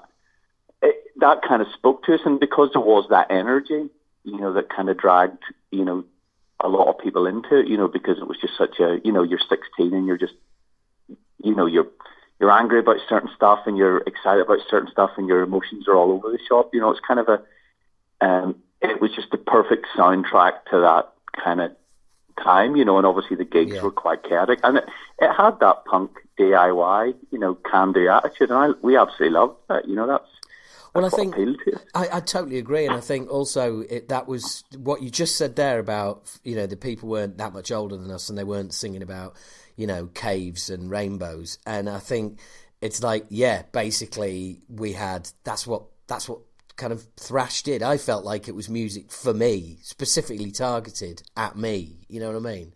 It was like. All of my older friends who'd got me into metal were all into AC/DC and Sabbath and everything else. And when I played them Kill 'Em All, they were just like, "Oh, fucking hell, no, that's too much." And I was like, "No, this is not enough." Yeah, this is not enough. yeah. I need more of this. But it was kind of weird because we were, like you said, it seems so strange to think that Sabbath were only 11, 12 years into their career at this point, whatever, and we're kind of thinking them as old school, and here we are now, and they're kind of still going. So many years. No, it's mad, and I think 10 years ago was very much my recent history. It's so not, but yeah. I know. It is good, but in those days, without sounding like that old guy, but you kind of a lot of things you would hear it was kind of hard to hear stuff. Obviously the Friday Rock Show was where we would have heard a lot of stuff. That's where we would have heard Hellhammer and actually Slayer at Dawn They Sleep. I remember Tommy Vance playing that, and that blew on my mind. Stuff like that, and then a lot of things you just bought on the punt, or the Kerrang reviews was a big thing, and it was almost like if something got a terrible review, you were nearly intrigued because it just sounded so odd. Like Celtic Frost, those first few albums and things were big because they were so weird, and there was definitely like an atmosphere to them that you couldn't really get, and then all the guys going, yeah, I'm into heavy metal. I'm going, all right, who do you like? They go, oh, I really like Poison and, Motley Crue. I'm like, no, this is not, Bon Jovi is not a heavy metal band. I'm sorry. People say that to you, and you'd be like, "Oh yeah, I'm into metal," and you think, "Oh great, a kindred spirit," and you say, "So who are you into?" And they'd like rattle those off, and you'd be like, "Oh no, you're wrong." That's a shame. That's pop rock. I know, and I do have a fondness for those kind of things, but it was never really such a life-changing thing as the thrash scene for me, and obviously from the thrash scene, got into death metal and grindcore and stuff like that, the UK hardcore scene and stuff like that, and it was good times, and I think a lot of it is just happened at the right time for me as well, and I think lots of people my age, we're going to see Exodus, Testament, and Death Angel on Wednesday. This Wednesday, we're going down to Dublin to see them. Awesome. And I know I'm going to know a lot of people there I haven't seen in a long time. And it's good to see. They're kind of they're lifers. It stays with you. And I know everyone. You drift off. You have lives, you have families, you have careers, you do whatever. And I think it's just really nice still to be able to go. Because a lot of people, there is this thing of, oh yeah, I was into music when I was young, and it's like, thankfully that doesn't seem to be. It's almost like as soon as you hit 25, you had to, settle down, work your 9 to 5, just become just do what your parents, do what your dad, do what your grandfather did before, and all that kind of thing. And it's nice now that people, I suppose people have maybe realised that rock and roll's got a longevity. I think when it started, people thought it'd probably just be a fad that would burn itself out, and everyone would soon wise up and get back to normal, respectable life. And I love that fact that those bands are still out there touring, and they're still youngish bands, but there's bands a lot older still out there touring and stuff. And I really think take the opportunities while you can, because you don't know what's around the corner. And I think we've lost so many of the great musical heroes, especially recently, due to different things, illnesses and stuff like that. It's kind of, I just think, just enjoy it while it's there, and enjoy doing it while we all still can do it. Life's too short, Absolutely. And do you know what? That's a really good place to leave it. For now, I've got some subscriber questions, but for now, Michael, thank you so much. Really appreciate your time. Thank you. Lovely, mate. Thank you so much. That was good fun. And there we go. Really enjoyed that chat. That was, and there's a load more for patrons as well. He was very, very generous with his time, Michael, and it was just an absolute pleasure. It's just what a band they are. They are just how the therapy machine keeps going and keeps working is just, it's brilliant. It's absolutely brilliant. And Michael's a lovely chap, and that is the longest we've got to we've actually got to speak. And it was great recalling all those old days as well, and because I remember them coming out, and obviously we were still active at the time as well, and I remember them touring, supporting the Beyond. It was just it was great, really great to speak to her, and I'm hoping to get him back on the show as well soon.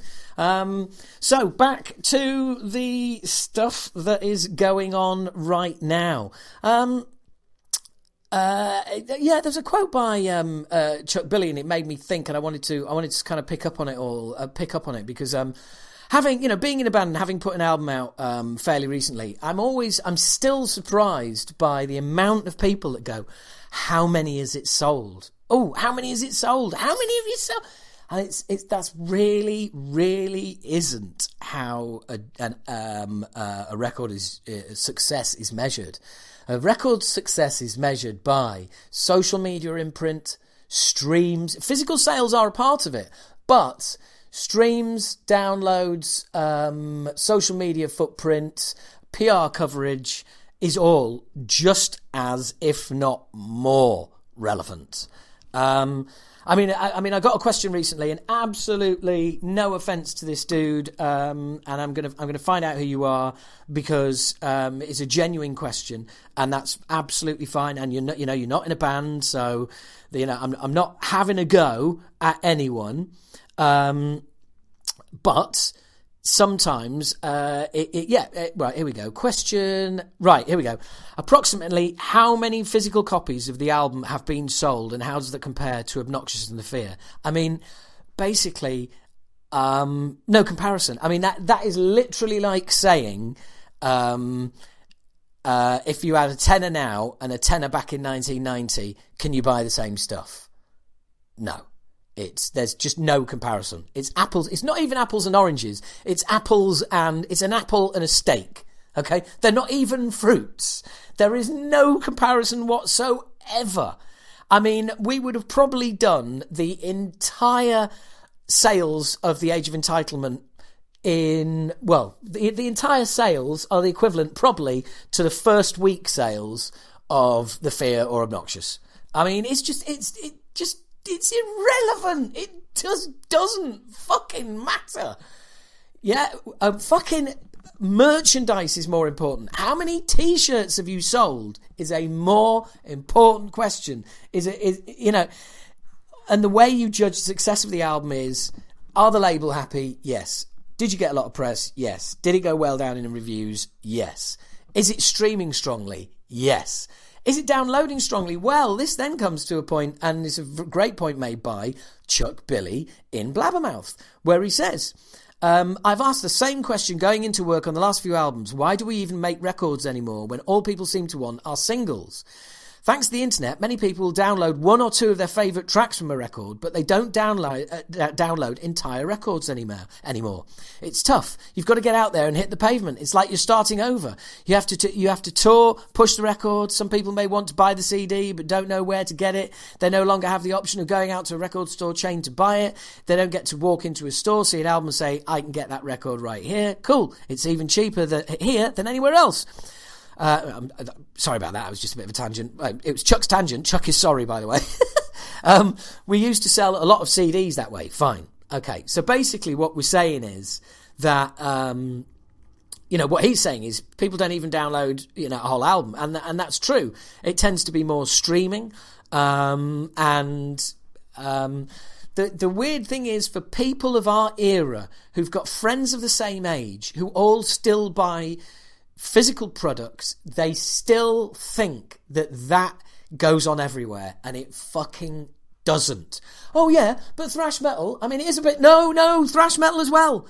People have Spotify, people have YouTube, yeah, people have Apple Music. That is what the massive majority, including metal, of people are listening to. And people will be listening to this and going, well, I don't. It's not about you! You do not define everyone. Oh, yeah, but everybody I know does it. Yeah, well, you don't know many people then, do you? Because we have the facts and the figures right here.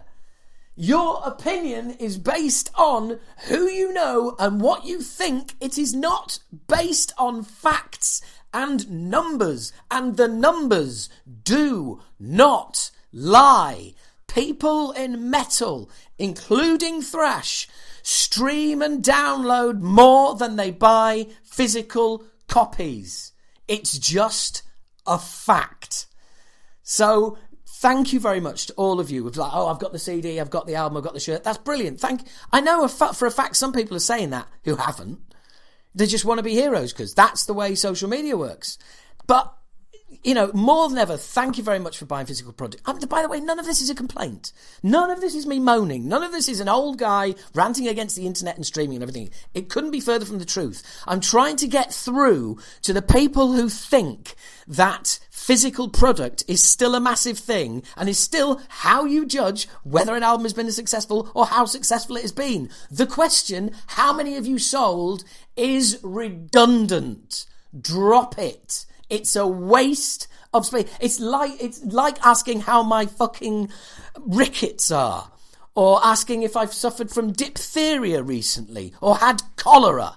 It's as relevant. It's a dead phrase a dead meaning for dead formats. They're not completely dead. We still do them. Thank you very much for everyone buying them. But seriously, you know, you're constantly asking after the bones of a dinosaur.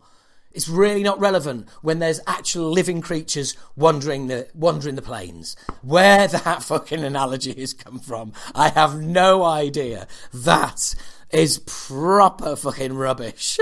That is frontier gibberish. One of my favourite phrases. That is frontier gibberish, if ever there was one. And by the way, keep an ear out later for special guest Tom Hanks. Yeah, that's right. I didn't get that wrong. Keep an ear out later for special guest Tom Hanks. The Tom Hanks. Not a Tom Hanks. The Tom Hanks. But anyway, Tom couldn't do a full interview, and instead I got in touch with my own Hollywood mate, Russ Russell. That's right, Russ has produced some of the, well, look at your collection, have a look through. Oh yeah, and I know I was just going on about how people don't buy physical property. Yeah, well, just forget that for a minute. You will see Russ Russell has produced at least one album that you own. The gamut of artists he's worked with is massive and wide, and even includes me for one song. But anyway, let's not go on about that. Let's have a chat, as I did a couple of weeks ago with my good mate, Russ Russell. Hey, hello mate. There. How you doing? I'm all right. How are you, mate? All right, running around like a nutcase as usual. Always slightly behind. Well, that's because you've always got so many different projects on the go, mate. That's right. That's the price you pay for being popular. So how have you been? Oh, I've been really well, mate. Yeah, it's look, just getting the new album out and all that, and you know, we had typical music business bullshit. The album comes out on the Friday, and our live agent that we've had for 5 years and has booked the first half of the tour dropped us. So yeah. Exactly. So that's basically created a 4 months of doing fuck all, which I'd rather not have had. But, you know, it's actually worked out all right in the end, though, because now we've got, you know, a great agent who's doing a great job for the UK, and we've got a US and rest of the world agent, which is not something we ever had before. So there's stuff outside the UK. There's a lot more coming in. There's a lot more inquiries. So it's you know, what was initially a punch in the balls and a really shit has actually turned out to be all right. Oh, good. I'm glad. Well, I hope it doesn't get affected by all this bullshit going on at the minute. Yeah. I mean, you know, it is what it is, isn't it? I mean, you know, we've all got to, I presume, just you know, play the game. And let's face it, we've been overdue a pandemic for some time now. Yeah. And it was always going to be a flu-like virus, you know. Yeah. And it was always going to come from the Far East, like the rest all have, you know, like SARS and bird flu and everything else. Yeah, it was predicted a long time ago. Yes, yeah. Have you? Does it affect you in any way? Yeah, I've lost money already. Yeah. Really? Yeah, people can't come. People haven't got the budget because they've lost out on gigs or work. Shane had a Japanese tour cancelled, and he was going to use the money for that to start our next project. Right. So, I mean, that will still happen, but it's just been put back. Yeah. I was going to do some live sound at Hammerfest. Obviously, that's gone. Oh man. Do you want to do some live sound at Bloodstock? Bloodstock, maybe. I'm still working out my movements that week. Well, you don't have to now, because we're playing Bloodstock, which means you need to be there. Well, I would like to, but I am working at Boomtown, which is yeah. I think it's the previous weekend. Yeah. Now, that sounds like it should be possible, but last time I went to Boomtown, I didn't get back until the following Thursday. Oh, that sounds interesting. That sounds like there's some rock and roll stories of excess. or is it just like total, just complete confusion and, not having your shit together? the party just continued. It didn't seem to matter that there was no more acts playing. It just carried on. Wow, that's awesome. That is brilliant. That is absolutely brilliant. Well, look, in all seriousness, we'll have to have a chat about that. Yeah, yeah, definitely. In fact, that leads me nicely into. I mean, we spoke a long time ago before we started recording the album, and you know, it was looking like there was a time where we were going to be working together and you were going to do it, but it didn't quite come off. Shame. But I really appreciate that, man, because you were one of the first people outside of like our inner sanctum to sort of confirm to us that it wasn't shit. No, fucking great stuff, always. Yeah, and so when I got that kind of reaction from you, I was like, excellent. I mean, I was pretty sure, but now I know I'm not mad. You know? No, yeah, don't worry. I would tell you if it was shit. And I have no doubt. I have no doubt about that. Yeah, but that's my job, isn't it? It kind of is. Yeah. Producer / calling the shots.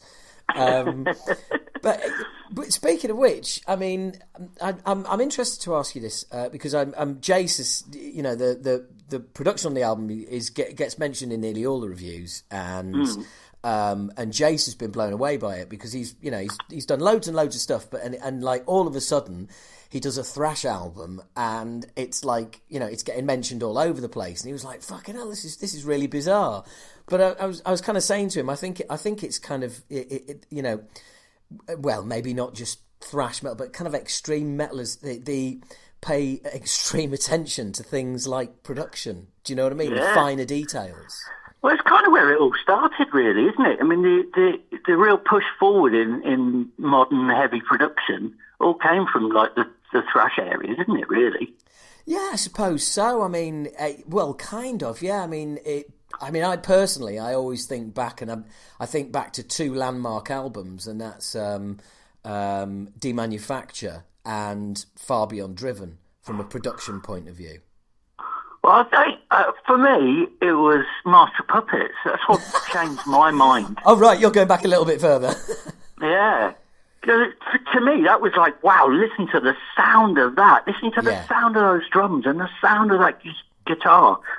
And the effects that were on it, and the clean parts and the acoustic parts, and I was like, "Wow, this is fucking exciting." From you know, from an engineer and producer's point of view, and that's what really made me go, "Oh yeah, I want to do that." Really? So is that? I mean, you know, you're going back that far, and rather than making you want to pick up a guitar, it made you want to focus on production. Yeah, I mean, I was already playing in bands and I was already recording, but I was mostly sort of in the punk world, which, you know, I still love today, obviously. But that was like the big crossover point for me. It was when, you know, things could sound expensive. Yes. You know, because obviously that was never the objective with punk. Yeah. No, I know exactly what you mean. As in, it's like, oh, it's okay to sound good. Yeah. Yeah, totally. Yeah, because with punk, there's very much a kind of like, well, you know, who can get the roughest and readiest kind of sound. But yeah. But there were a few punk bands that did have a slightly more polished sound, but they weren't the kind of bands that I was dealing with. You know, it was very much recorded on a 4-track cassette in your garage kind of vibe. Yeah. And that's plenty good enough. So in the same year, what was? Can you remember what your reaction was when you first heard Rain in Blood? Because that again is a landmark production. Yeah, it is. I'll be honest. I was a little bit late to that party. Right. Okay. I think it must have been a good few years before I caught up with that, and I don't really know why. I don't know how I missed it when it came out. Well, but I do remember the first time I heard it, just going, "Holy shit, things just got fast." Yeah. I mean, I remember. Well, maybe because it wasn't out here. I mean, it was on import for a long time, and then there was all the controversy over Angel of Death as well. Yeah.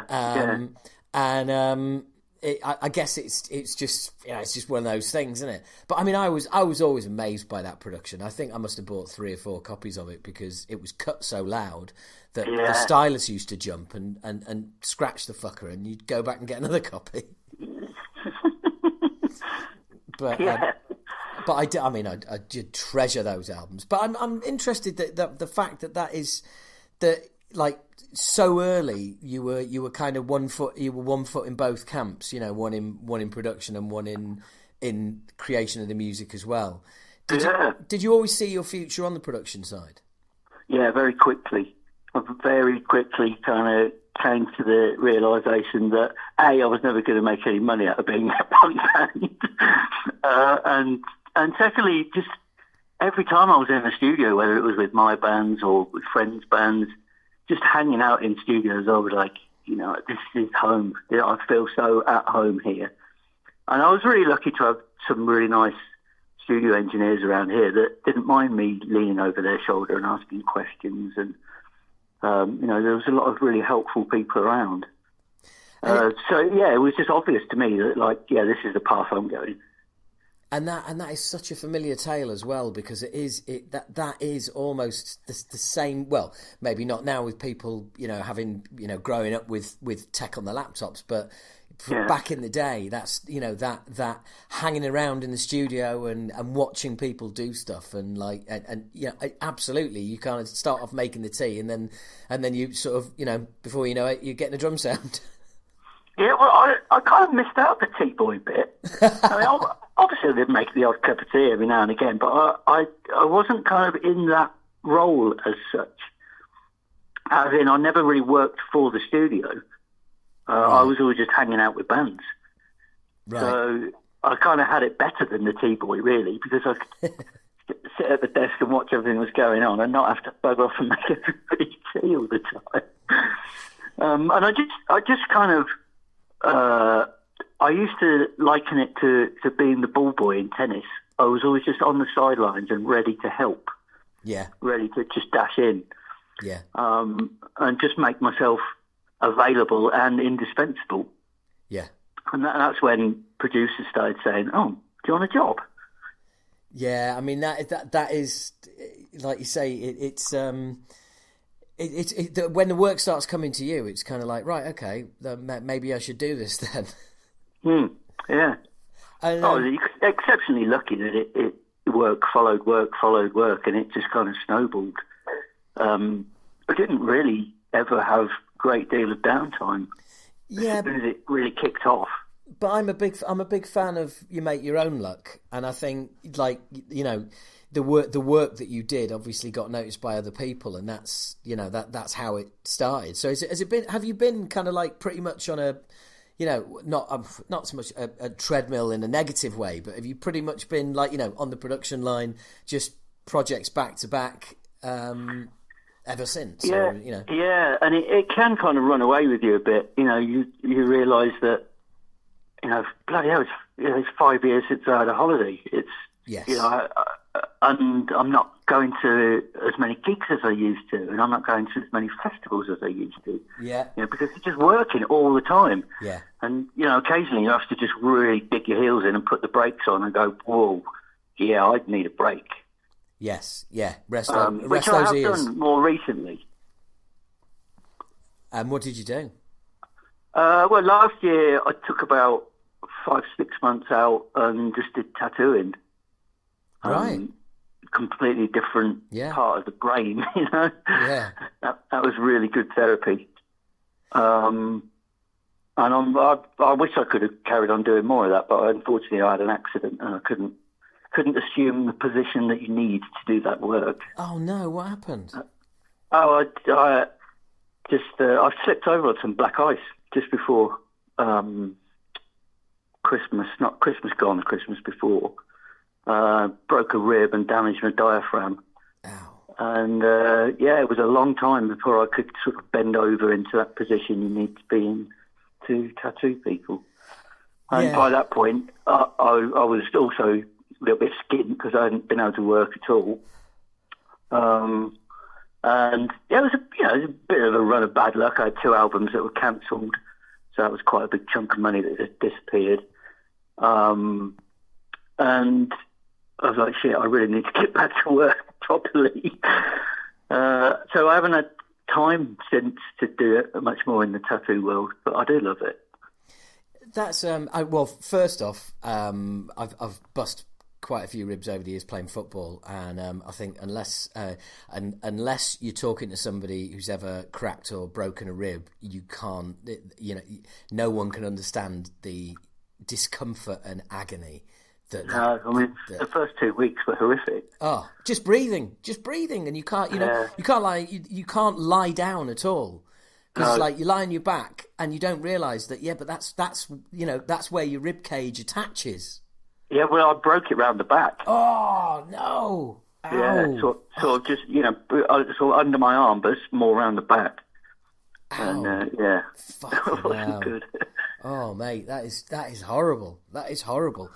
And then went through the whole thing of being prescribed all these different painkillers, and then suddenly realising you're addicted to them. Oh, fucking hell, I've got to sort that out now. Bloody hell. So that sounds like it was an inverted commas interesting period. Yeah. Well, at least it forced me to have a rest. Yes. Yeah. Maybe that's the universe at work saying, yeah, you need to have some time off. I did always look on the bright side. I mean, I caught up on loads of movies I've been meaning to watch for years and TV series and stuff. Working in the studio and someone will say, have you seen this movie? Have you seen this movie? You go, no, because I haven't been out of this chair for 5 years. Yeah. I mean, that's weird. I would imagine that you start looking back over the years, and they kind of fall into sort of albums like, oh yeah, that was the year that I did so and so and so and so, and yeah, exactly. Or someone turns around and says, oh yeah, so and so's 5 years old, and you think, hang on, I fucking did that, and I thought that was 2 years ago. Yeah, well, we were listening yesterday in the studio to somebody asked me about one of the old bands that I was involved with, not only in production but musically as well. And I looked and I was like, Jesus Christ, it was 21 years ago. Fucking hell. And you think, it still seems like quite a recent thing. Yeah. Yeah. You know that feeling. That's exactly what I was gonna say. Yeah, I know that feeling well and truly. But it was like I remember when I came down to record that version of Goddess with Cerebral Scar. Yeah, and I just remember when we were in there doing the vocals, and I just went, "That's it," and you went, "Hey, there's another minute and a half of this song left yet." I was like, "Yeah, I know, old school, isn't it?" And it was just like, oh yeah, right, yeah, forgot. Yeah, it's like we were 17 when we wrote this. We didn't know about song structures and verse, chorus, verse, chorus. Verse, chorus. Needless 1.5 minutes of musicianship and end. Yeah, it was a good laugh, man. That was a good laugh. It was brilliant. Yeah. So I was. I've got a terrible memory, so I have to try and as I remember things, I'll just throw them at you. So how did you get involved with the last Machine Head single, and what was that like to work on? It was great. It was funny actually. A couple of people were like, I've heard he can be a bit difficult to work with. And you know what? Rob's an absolute pussycat. Yeah. He couldn't be nicer. Such a gentleman. And, I got an email from their management saying, we're doing a test mix for the new single. Do you want to have a go? And I don't generally do test mixes. With most stuff, I'm like, well, you've heard my work. You either like it or you don't, kind of thing. Yeah. But it just so happened that I had a couple of days free that week, and I thought, well, Machine Head's a bit different. Yeah, why not? So I had a go, and apparently I didn't know this till afterwards. They had 9 people try out for it. Wow. And I didn't hear anything back for weeks and weeks, well over a month. And I thought, I haven't got it. And then the phone rang, and it just said Oakland, California, and I thought, I know it's there. And he just said, "Hey, it says Rob Flynn from Machine Head." Yeah, he didn't have to say from Machine Head. I know who you are. Yeah. And he just said, "Yeah, we absolutely love it. Do you want to do some more stuff?" And we've done quite a bit now. Oh, right. Okay, cool. Yeah, he said he didn't want to kind of write an album in the traditional sense and put it all out at the same time. He just, because he's so busy with the Burn My Eyes reunion and the massive tour. He just said, "I want to write a song whenever I've got time and whenever the mood takes me." So you'll be getting songs, sporadically throughout the year. I said, "Yeah, great." Obviously I can't just drop everything and do it the following day. But he said, there's no real sort of tight deadlines for stuff. Get plenty of notice on it.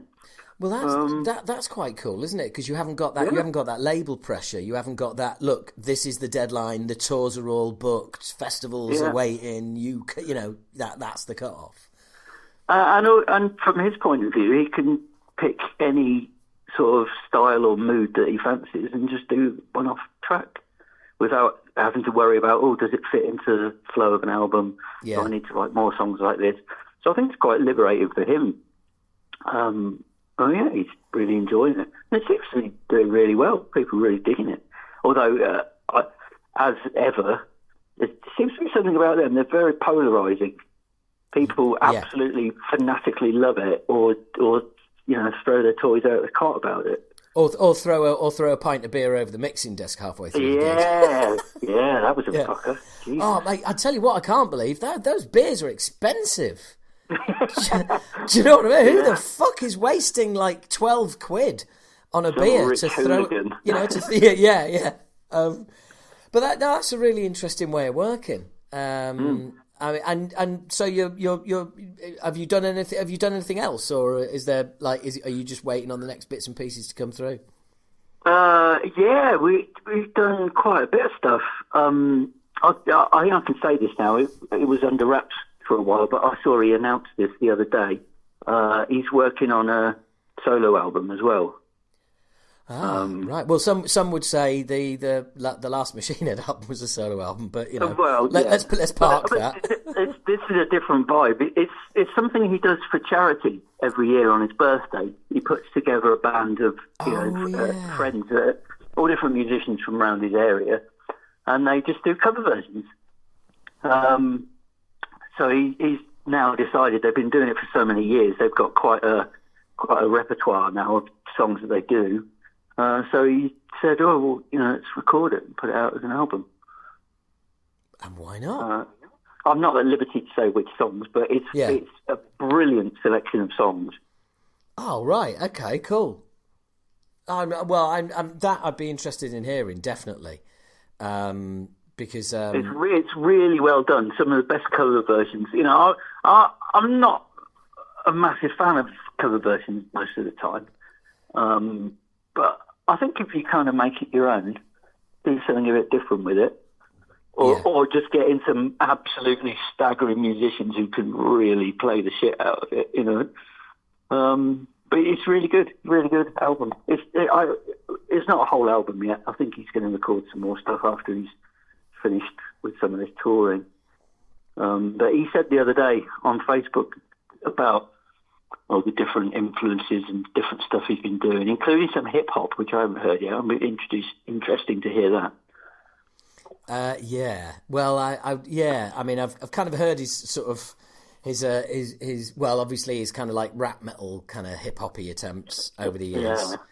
But actual all out full on hip hop might be a better idea rather than trying to blend it with metal. But you never know. So what have you got? So you've got Machine Head on the go at the moment. Is anything interesting that's coming your way, or anything interesting that's about to come out that you want to flag up and say, look, that's coming and it's really good? Well, I've literally just finished the Napalm album this week.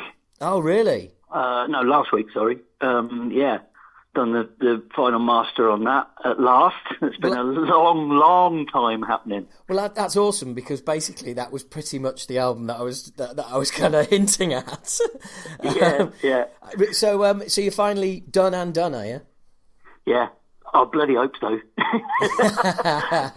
You never know, though. With Shane, he might come back and go, "I've got another idea." So you do you master as well then? Yeah. I hate doing it. I really do. It's really dull. It's not. I don't find it creative and inspiring at all.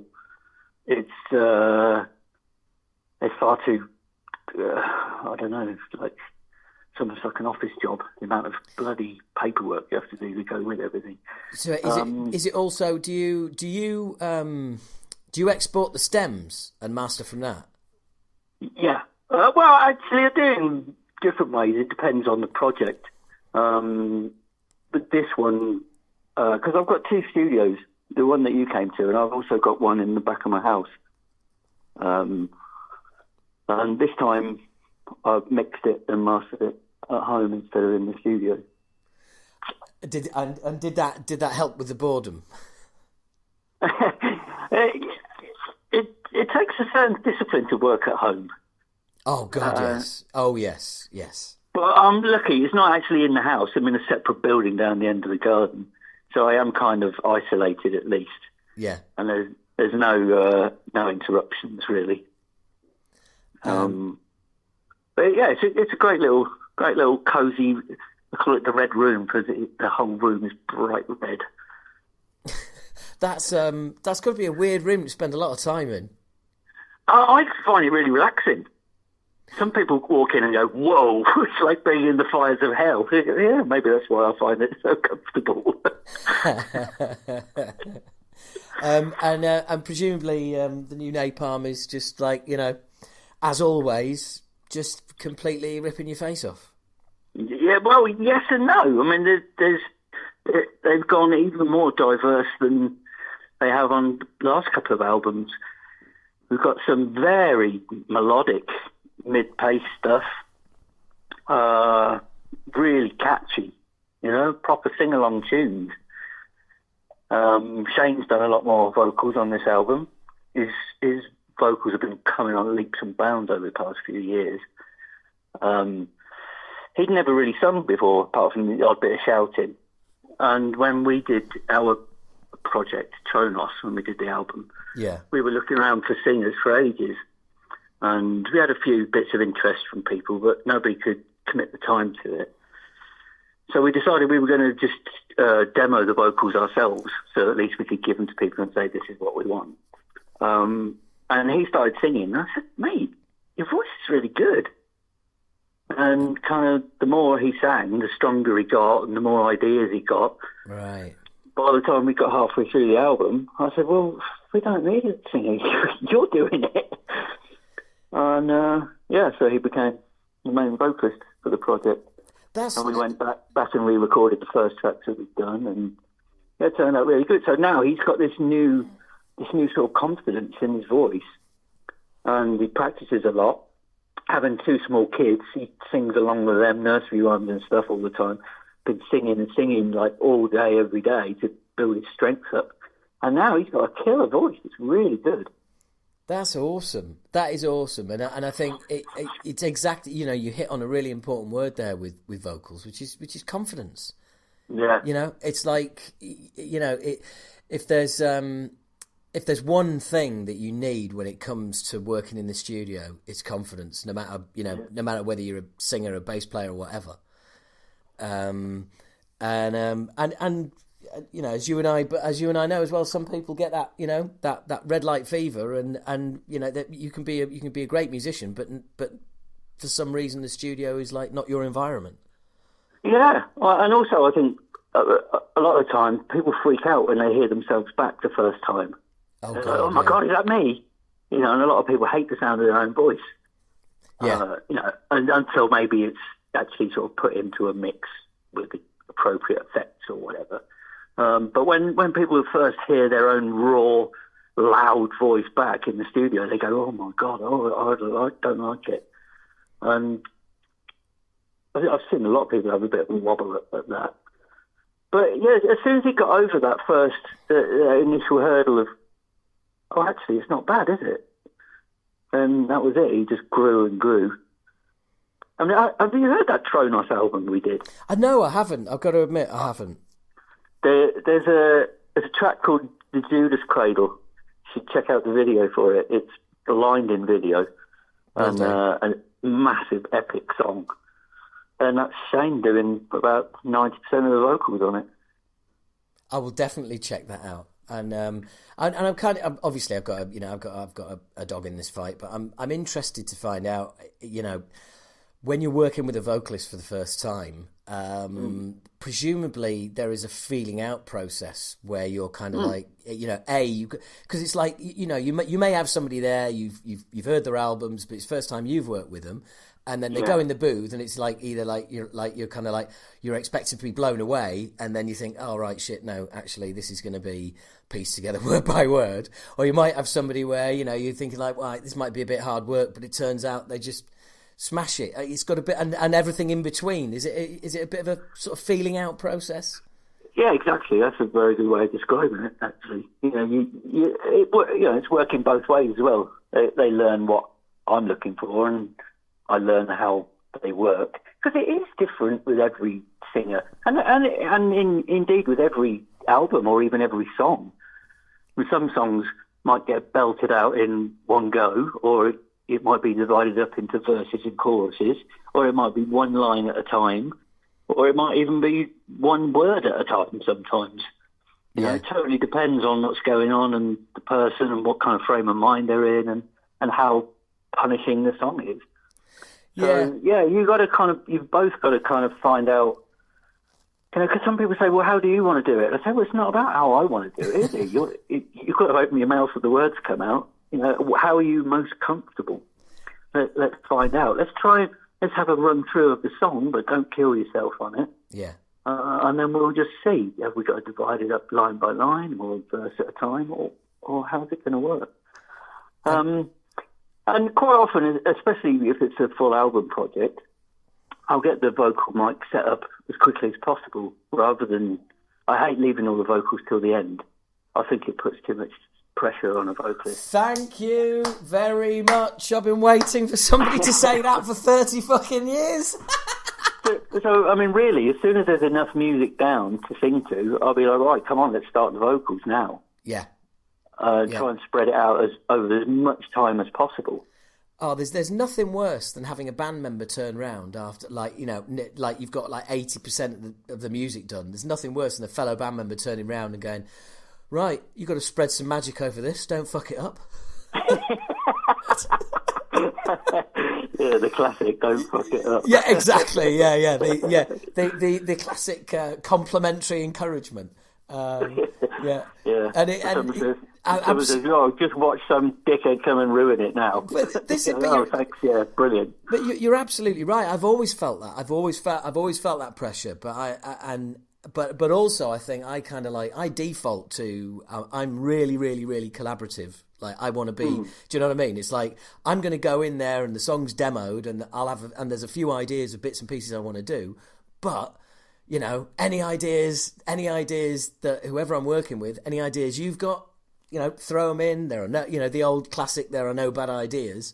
You just try everything and try anything, Yeah, and that for me has always helped me kind of deal with that pressure, which is rather like, well, it's on two people's shoulders. Do you know what I mean? Yeah, well, and that's part of it as well. Getting to know somebody and feeling out how it's going to go. You got to see how kind of finished and set they are in their ways. Because some people say, no, that's how it is. That's how I've written it. That's how I've rehearsed it for the past 3 months. Yeah. And you go, okay, well, then let's just concentrate on the performance. And then other people will come in and go, well, I've got about 60% of it, which I want as it is. But the rest of it, I've kind of got ideas that we need to play around with. And you go, oh, magic. Yeah, great. However you want to play it. Yeah. And then you've got other people who come and go, actually, I haven't written this song at all, can you help? Yeah. Absolutely, yeah. That's right up there. That's right up there with as one guitarist is tracking something, you've got another guitarist or a bass player looking at him going, "Oh, do you play that there?" Yeah, yeah, that happens all the time. All the fucking time. But I'm also, I think, I can't remember who it was. I remember hearing saying this, but it was someone talking about like dealing with singers, and we'll get off singers in a minute. But there was just one thing I wanted to find out, which is like when you're dealing with a guitarist or a drummer. There's obviously, we've all got ego involved, and as we've talked about that feeling out process and finding out what somebody's like and all the rest of it. But when you're tracking a vocalist, it's like. It's not. Just little things like, if a guitarist is doing a take, you can stop him and just go, "Mate, I think you're a bit out of tune there." "Oh, sorry, yeah, okay, no problem." Whereas saying that to a vocalist is a completely other fucking deal. Yeah. Oh, obviously they can't just tweak a little peg and put themselves in tune. And also, it's much harder to stop someone when they're in full flow doing a vocal. Because it really kills the vibe if you suddenly stop the tape when they're halfway through a line and go, oh. Nothing worse. So sometimes you have to at least leave it to the end of the line. Yeah. And they go, "Oh, yeah, I might be a little bit flat there, mate." But again, it's like, it's that you're dealing with somebody. It's like, no, you are the instrument, as in like whatever noise you're making, it's actually it's you. So when you then go to criticize, criticize, or however you want to put it, constructively criticize the performance, it's that much more personal. Do you know what I mean? Yeah. I mean, as with all musicians to a certain extent, but particularly with vocalists, you gotta, some people you have to kind of take by the hand and sort of walk them gently through it, and create as little fuss as possible. Other people, you've got to shout at them a little bit and go, "What the fuck are you doing?" But that's the massive side of my job, is learning the psychology of people. Yes. What does that person need? Does he need beating with a stick? Yeah. Or does he need a hug? It's football management, isn't it? Do they need a kick up the arse, or do they need an arm around the shoulder? Yeah. No, absolutely. That's vital. Well, the thing is, I think, when you're recording an album, you become, the fourth, fifth, sixth, whatever member of the band, don't you? I mean, it's basically... hopefully. That's it's like where I like to be, if I can. Part of it, rather than us and them kind of attitude. Oh, without a doubt. And I think, when you get... It's... I don't know. It's kind of like you get in that space whereby it is almost like you're in the band, and I think then when you're kind of contributing ideas or suggestions, it all works within the framework of everybody understands the dynamic, as opposed to feeling like, oh, hang on, this producer is trying to change our songs, for his own benefit. Yeah, but that's another thing you have to kind of work out as well. I mean, not just go steaming in with big boots on the first day and go, right, this is it, I'm going to change all your song structures, I'm going to rewrite the lyrics, you're playing that in the wrong key.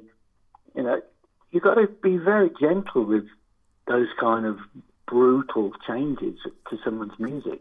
Well, music's an intensely personal thing. We're artists, love. We're artists. Exactly, yeah. Yeah. I mean, you can't just walk in and go, "I think your missus is ugly."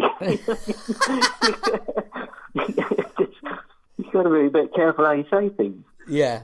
Have you ever had? I mean, look, we've all got those stories, and I don't expect you to name names, but I presume you have had the classic, bands in fucking, breaking up while they're making the album, or there's just like quite hideous tensions between members and stuff like that. Yeah, fist fights in the control room and everything. Yeah. Fist fights in the control room. What a great title for your autobiography. Yeah. Nice one, yeah, thank you. It's right back at you. It's yours. For some reason, I've got love-hate blackout in the Red Room in my fucking head, and I'm thinking it's like fist fights in the control room. Yeah, fucking hell. Awesome. Yeah, Oh, fucking hell. I'm writing that down. So yeah, what do you do then? Because then it's like you're just a fucking counsellor, aren't you? And you're losing out. You're gonna lose hours out the day because you can't just pretend like it hadn't happened. You've got to sort it out. It very much depends on who it is and what point in the album you're at. I mean, if the bass is already recorded and the bass player's just had a fight with the singer, then I don't give a shit if the bass player leaves. Yeah, go, please. But if the drummer's about to do his last take of drums and he's having a fight with a guitarist in the car park, you've got to be like, "Ooh, shit! I need to sort this out." Yeah.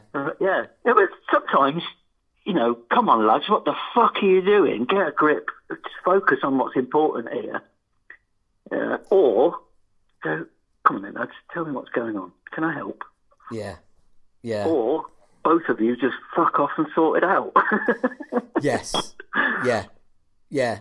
Well, stuff getting thrown around, damage happening to the studio and things like that. Obviously I can't really put up with that.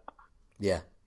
But there's also, I think, there's also that sort of scolded school kids kind of vibe, isn't there? Where you're saying, look, this is a place, this is a professional place of work, and if you're going to start all that shit, fuck off out in the car park and sort it out. You've almost got two people. You've almost got then sort of two grown adults feeling like sort of school children, then haven't you? Kind of going like, oh dear, we've kind of fucked up here.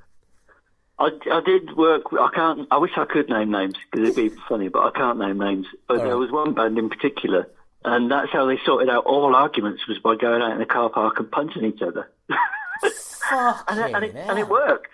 It worked. Every argument, every discussion ended up with a minimum of a dead arm, but quite often a punch in the face out in the car park. And then that was it. It was all over, and they'd just get on with it. And it would never be spoke of again. And they could just sort out every little detail, but just by going and having a bit of a ruck. Well, I mean, all families are different, but that is mad. But hey, whatever works for you, I guess. But that is nuts. Yeah.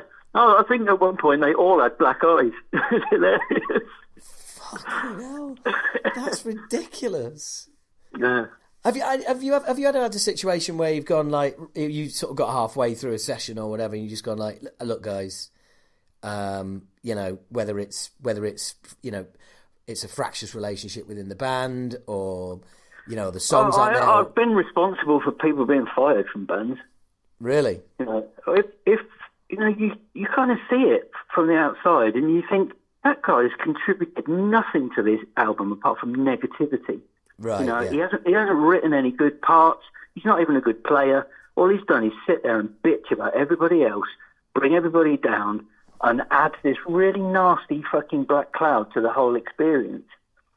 And so, I'll have a chat with somebody on the side and go, what the fuck's this guy's deal?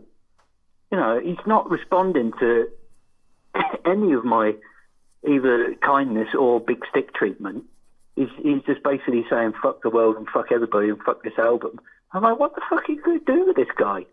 And sometimes people go, look, it's okay, he's just going through a bit of a bad patch at the minute. He's not normally like this. And you go, okay, all right, yeah. Obviously, you've got to give people a bit of space sometimes. You don't know what's going on in their private life necessarily. But other times I go, you've got to get rid of him. He's fucking dragging the band down. Yeah. Which is, it takes a really extreme situation for that to happen. Now, it doesn't happen very often at all. But there have been a couple of times where I've said, look, you've got to get rid of this guy because otherwise you're going to get nowhere and this album will be shit and you're wasting your time. But also, don't you feel sometimes as well when someone's like that, it's a case of, do you know what, mate? You don't actually want to be in this band and it doesn't make you happy. You just haven't got the balls to leave. Yeah, totally. You know, and I genuinely think that when things get that bad, that is often the case. That it's like, it's almost like, do you know what? It's that old, I'm going to treat them like shit until they chuck me because I haven't got the balls to chuck them. Exactly. Very often is exactly that. Yeah. Yeah. It's funny though, isn't it? Because in the studio, you've got a bunch of artistic people working on an artistic project. I mean, it's a miracle that every band doesn't have a massive fucking fight, isn't it? You know? Yeah. But in most bands, it's funny how there is a kind of pattern, particularly with metal bands, particularly with extreme metal bands. There seems to be a kind of pattern of types of people who get together to form these bands. You'll have one guy that is blatantly in charge, the alpha male. One guy who's very much the quiet artist, but puts an immense amount of work into it. You'll have one guy that's really flamboyant, who maybe doesn't add a great deal to the songwriting, but, you know, he's a really good vibe merchant. And then you'll get one guy who doesn't really give a shit either way. Is just there to drink beer. But the funny thing is that sometimes that kind of like make-weight member is the person that holds everything together. Yeah. Yeah. Do you know what I mean? It's like like you say, you know, you might think someone's like not contributed massively towards the project, but then you see that they add a couple of little bits and pieces, but they're also kind of like they're keeping everybody else in check, as it were. Yeah. They stop the other two guys from having a fight, and you know, and they make sure that everyone's eating properly, and you know, it's almost like having the mum of the band in a way. Yes, a lot of times. Someone there to just look after everybody else. And it's kind of weird as well because you've been involved. I would imagine, like when you started, it was all tape and splicing. Yeah. And so and you've come all the way through to, like, you know, Pro Tools and gridding and everything else, and it's a massive change, isn't it? Yeah. It did kind of creep in gradually. Yeah. There's been computers around in studios for a long, long time. I was very lucky that my mother was massively into computers very early on. You know, right at the birth of home computing, she had like business computers in the house, and she taught me how to use them basically and how to program. So when these machines started turning up in studios, and everyone was going, "What is this satanic bullshit in a silver box?" And I was like, "Oh, I know how to use this." So that became my job very early on. Everyone was like, "Yeah, well, you can use it. We don't understand what it's doing." But it was integrated with tape. Yeah. We used it both together for a long, long time. And do you miss anything about those kind of like tape days, or do you prefer how it works now? In a way, there are definitely some things that would be nice to experience again. There's a few things I miss, but on the whole, no. Yeah. For many reasons, actually, because I think, firstly, because there aren't the album budgets that there were 25 years ago. Absolutely. Just some of the albums I was doing like 25 or even more years ago, it might be a debut album or a second album for a really small, you know, niche market band on a very small label, and they'd get 7-8 weeks of studio time as standard. Yeah. So you could work on tape, you know, because you could go over and over it as many times as you want, get as many takes as you want. Obviously, it was a bit more tricky to actually manipulate people's performances like you can on a computer. So it did mean that people actually had to play it, which might sound funny, but it doesn't happen so much these days. No, but you know what? You've picked up something really important there, which is which I think gets overlooked, which is the people who've been affected more than anybody are drummers.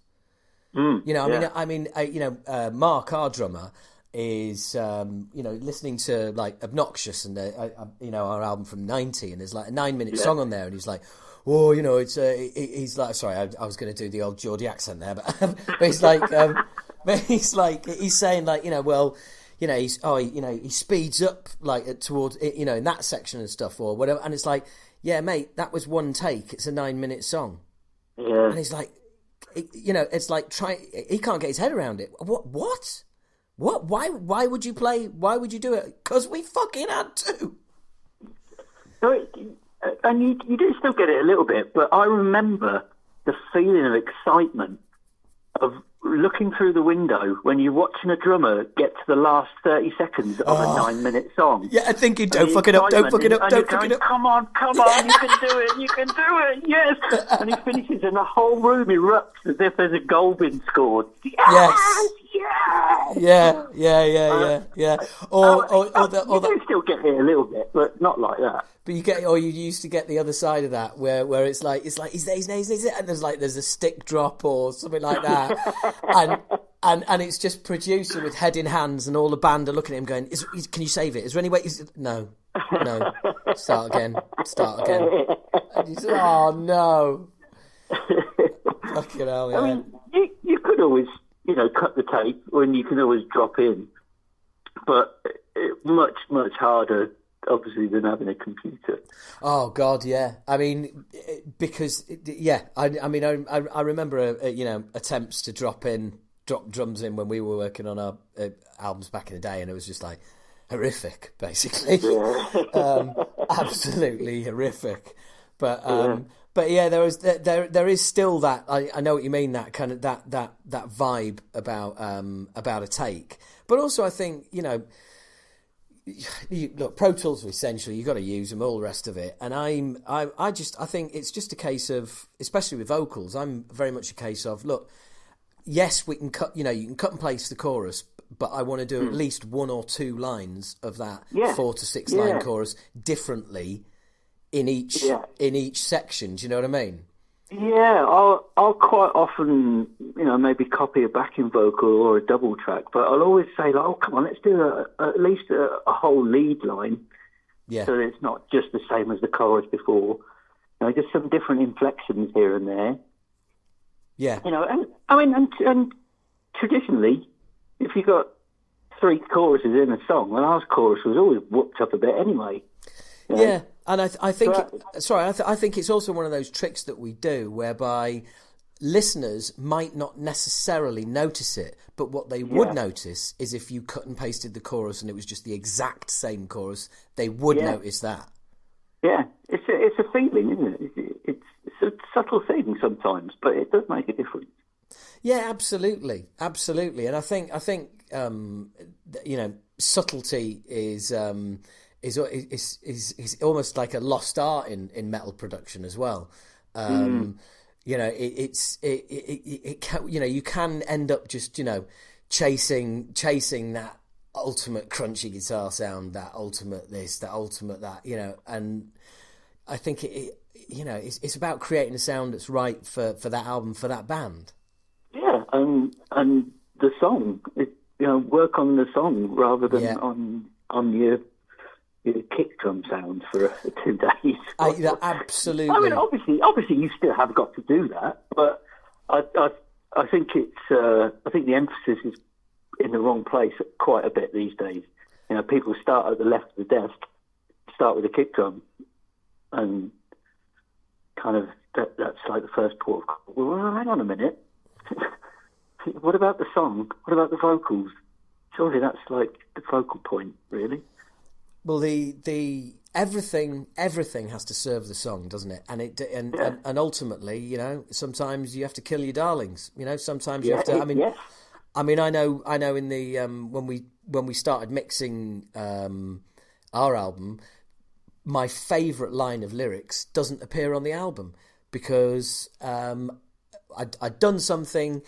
It just wasn't working. We thought we could make it work. We couldn't, so I had to lose that line and use a line from the previous verse instead. And it was absolutely, it was galling, but ultimately it wasn't working for the song. Yeah, So it's got to Yeah. go. Yeah, we had exactly that on the At the Gates album. There was a fantastic section which I absolutely loved. It was one of my favourite parts of the demos, but it didn't go into it very well, and they couldn't get back out of it again. Went into the rest of the song, and they kind of moved it around in the song a bit, tried different places. They could not get this section to work, even though it was fantastic. And Jonas actually said exactly what you said. He said, sometimes you've got to kill your darlings. Like, wow, sad, but yeah, it's for the good of the song. And there's another mutual friend we have. Yeah, Jonas. Yeah. Oh, he's a great guy. Oh, I love those guys. What a man! And honestly, I spent the day with him. We were playing a festival in Portugal, and he was with God Macabre. Oh yeah. And we were stood outside our hotels waiting to be picked up by the promoter, and one of them goes, "Oh, Acid Rain, fun thrash," and I was like, "Oh yeah, fucking Swedish depressing doom merchants, are you?" And they were like, "Yeah." So we just spent the whole day getting pissed, taking the piss out of each other, and it was just fucking brilliant. Oh, I love all of those guys. They're brilliant to hang out with. Oh, mate, it's one guy I'm really interested to see. Did you work with The Haunted when Peter was still singing? No, it was Marco. I mean, absolutely no offence to Marco, but I've been a bit of a Peter fanboy for many years, ever since he was in Mary Beats Jane. Yeah. I think they both have got, the valid skills. It would be great if they both did it together. Oh, absolutely. I think we've probably seen the last of Pete now. I think he's, I think he's finally decided that music's maybe not his thing anymore. Is he? I didn't know that. Yeah, he was going to be doing something with that Dress the Dead. With Craig Lucero. He was going to be doing that, and they demoed one song, and then he left, and it's just been, I don't know what he's doing these days actually, but I know he hasn't done anything musical for quite some time, which is a real shame, because he's Italian. Yeah, it is a shame. Yeah. But that's ultimately it's when I was saying earlier, it can be really difficult in the studio because you've got loads of creative people. It's a creative project. Everybody wants to have their say, all the rest of it. And then you say, well, yeah, and then there's being on the road. That's very difficult because you're all in each other's faces all the time. Then there's rehearsals. They're difficult. And you think, actually, yeah, when is it actually easy to not be a band and not want to punch somebody? It's easy on the 2 weeks off you get. Yeah, basically. No, even then it's not. Yeah, but you were right in what you were saying earlier as well. Is like, you are you are a psychologist to a certain extent. Did you I presume you've seen over the years, you've seen the Metallica documentary. Yeah. So watching that, it's like, there must have been things in there where you were thinking, fucking hell, that reminds me of so and so, and that was, Yeah. I think it did go far beyond a lot of things I've experienced in that case. Yeah. Oh, Christ, I wouldn't want to deal with Lars. I really wouldn't. Well, you would need a full-time psychologist in there, wouldn't you? Yeah, I don't know. I think they've gone to a different planet. Yes, yeah, they have, and so are you happy with where you sit in the sort of production landscape? Do you know what I mean? You very much, you seem to be your own boss. You can pick and choose projects. You've got a very strong, a stellar reputation. Do you know what? Honestly, I'm quite oblivious to it all. I just kind of carry on doing what I do. That's why you never had a holiday for 5 years. We've talked about this, Russ. Come on. But sometimes, you might have a little bit of a down day or something. Something hasn't gone right, or you just, I don't know, just not feeling it one day. But obviously, I can't just go, sorry guys, I'm not feeling it today. You have to put on the happy face and carry on. But sometimes you if you've been working too hard, actually quite often it will be like the first day off you have, and suddenly everything kind of comes crashing down, and you're feeling really bummed out, and you kind of go, fucking hell, am I really getting anywhere with this? Yeah. And because I haven't even considered that for however many years previous to this moment, and then you turn around and just look backwards over your shoulder and go, actually, yeah, I'm doing all right. I've done some fucking cracking albums and worked with some brilliant people, and 99% of the time I've really enjoyed it. And I know what you mean. I think anybody who is at the kind of peak of their game, you have to be completely 100% focused and in the moment on what you're doing. Mm. And the downside of that is that sometimes you don't kind of smell the roses, as it were. You don't kind of take it in. Yeah, I mean, you miss out on a lot of stuff as well. A lot of the glory moments, release parties and award ceremonies and stuff like that. I quite often don't get to go to those things because I'm already working on the next guy's album or the next guy's album. Yes. So you don't kind of... And I try, unless somebody says, oh, you ought to read this, I try not to read reviews anymore because I found they were affecting me mentally, negatively. Right. Yeah. Especially fucking YouTube comments. Oh, don't read the comments. That's the golden rule. I know. It's the golden rule. I know. But somebody had said, oh, you should have a look at this. And I looked and had read a couple and then carried on reading. And they're like, oh, fuck. Yeah. Yeah, so I certainly don't read them anymore. And I try not to really take much notice of the press unless somebody says, wow, this is a blinding review, you should have a look at this. Well, the thing is, as well, is that inverted commas, the press these days it is not exactly what it used to be. It's not a bunch of well-informed journalists who've spent their entire lives honing their craft. Yeah. Yeah, so it's like I found with our album, it's like when the reviews started coming in, it's like when we got our first like good review, we're like, oh look, and then after a while you start reviewing the reviews. Do you know what I mean? It's sort of like, well, it's 9 out of 10, but do you know what I mean? It's not a very good review. He doesn't really know what he's talking about, or he's completely missed the point. You can get that. And was it just affecting you mentally, or was it a case of you thought, do you know what? I don't want this bleeding into my kind of. I don't want other people's opinions in my head when I'm like focused on producing something for someone else. Yeah, totally. And that also stops me listening to other stuff, which, quite often I'll miss out on an album that's come out that's cracking because I'm like, oh, look, sorry, I'm right in the middle of someone else's album. I don't want to listen to anything that's remotely similar to it. Yeah. I'm that into it. I'm that deep and focused into it. I don't want to be affected by anything else I hear. So if when we finish work for the day at the studio, I'll quite often put some music on. We'll play a little game of, put your favourite track on YouTube or whatever, but no metal allowed, or nothing similar. If we're doing a thrash album, then okay, all right, you could put a bit of grindcore on if you want, but stay away from the thrash. Or preferably no metal at all. Let's not have any metal tonight.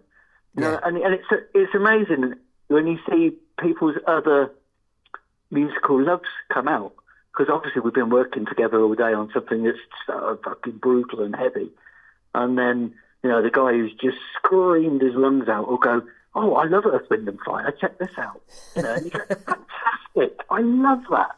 Yeah and I'll put on electronic music. I love a lot of different electronic music. I listen to that because it doesn't influence what I'm doing on whatever project I'm working on usually. And do you find that when you're working on as a musician on projects, do you find yourself with a foot in both camps? Half of you's a musician, half of you's a producer. Is it kind of like an actor director role? Is that or are you trying to be 100% the musician when you're the musician? And I don't like it in some ways. I'd rather be one or the other. Obviously, a lot of the time you have to do both. Keep switching hats backwards and forwards and have a little argument with yourself. Yeah.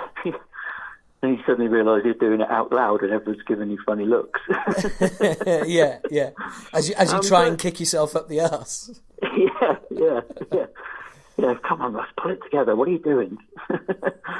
But yeah, I mean, with the tonal stuff, in the end, I gave it to someone else to mix because I just said, look, I'm too close to it. I don't want to mix it. Absolutely. Yeah. Just get somebody else's view on this. And we gave it to Gomez. You know Gomez? Yeah. Because I ended up having a chat to Gomez about our album as well, and we nearly went with him as well. Yeah, he's a great lad. Top man. Yeah. So he helped me finish that, and which was a great relief. Yeah, and just because then, I mean, with the reviews on that, I would have had to take a double hit if people didn't like the songs or the production. Oh my God! I would have jumped off a bridge. Yeah, definitely stay off YouTube. Yeah. Fucking hell. Well, that's doing really well. People are loving it. I'm really pleased for you, mate. I really am. And look, that is a great place to leave it, but just for now, because I don't go anywhere. I've got some subscriber questions for you, and believe you me, you are one popular motherfucker. Right? Really? Oh yeah, I've got a load of questions for you from subscribers who subscribe to Patreon through the podcast. So stay where you are. But for now, thank you very much, mate. Thank you, mate. It's been a pleasure. And hopefully it was a pleasure to listen to as well. Well, Russ there and by the way, there's another half an hour on the Patreon podcast. If you want, if you'd wanted to ask a question, you were signed up at Patreon. You would have heard about 5 days before I was interviewing him. You get to post your questions, and then I ask them directly, and you get that in your own podcast every month. I'm sorry about this, guys, and I'm sorry to bang on about Patreon, but it's literally the only way I can earn money at the moment. Literally. And in fact, that would be a good segue into Corona Corner. Hey, it's Coronavirus Corner. Coronavirus Corner. Come on down. No, actually don't, because you should be at home self-isolating. There we go. That's the jingle for that particular section. I must try and remember that for next month. Or alternatively, fucking forget and never do that again.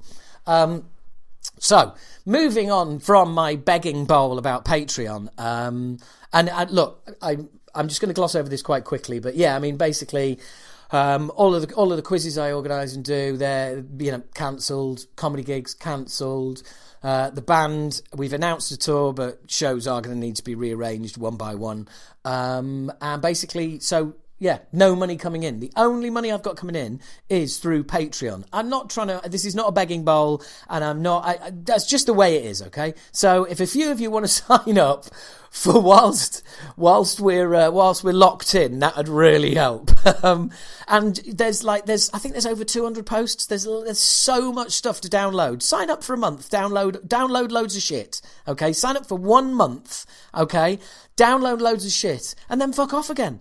But you'll have enough shit to listen to for the next 3 months, I can tell you that. And you've got loads of stuff going back to, the recording of The Age of Entitlement, even the demoing of that album. There's loads and loads of stuff.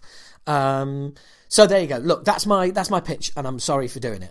But anyway, now back to Coronavirus Corner.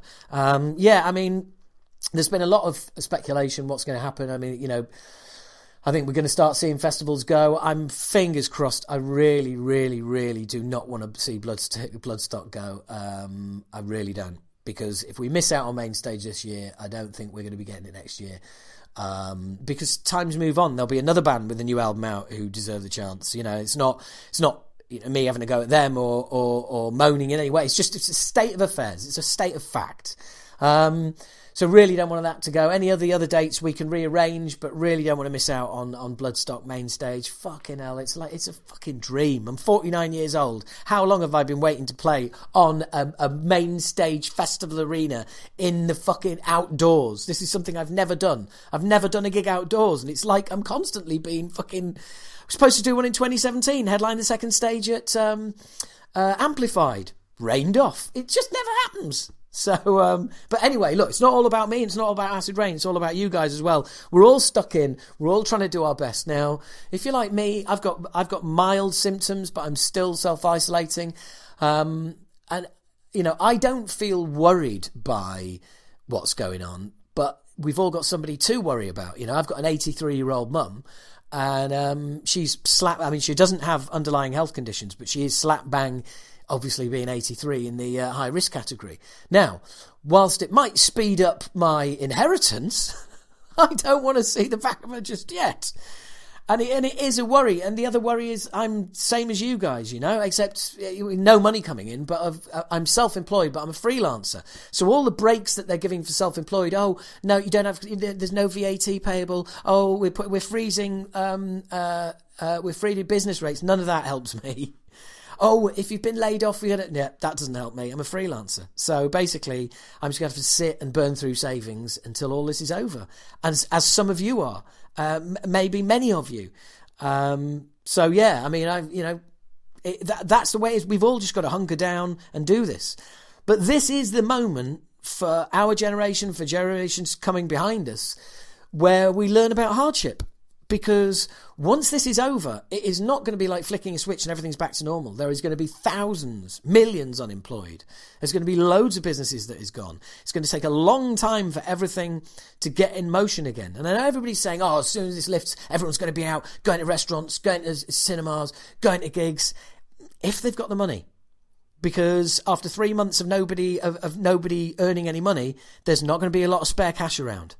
So, I'm not trying to be the voice of doom. I'm trying to be the voice of reality. I'm just saying that everything is going to take time to get back to normal. And all of this is a lesson, you know. I mean, my mum was bombed 5 times when she was a kid. She had to move school, God knows how many times, houses blown up in the street, stuff like that. That is hardship, okay? We haven't had any of that.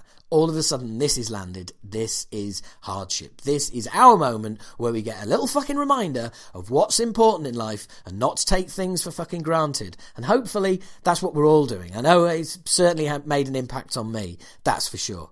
And as for those stupid bastards who just keep going out there and, you know, carrying on like there's nothing wrong, absolute fucking dicks. And these people will fucking pay. Their names will be handed round once this is gone. And businesses acting responsibly will also get a severe kicking as well. But then again, it's also nice to see the positive side of this. Everybody working together, people helping each other out, all the supermarkets working together.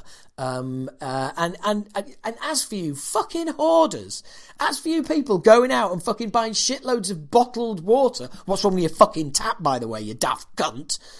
People, you know, fucking water, bog roll pasta, you fucking monkeys.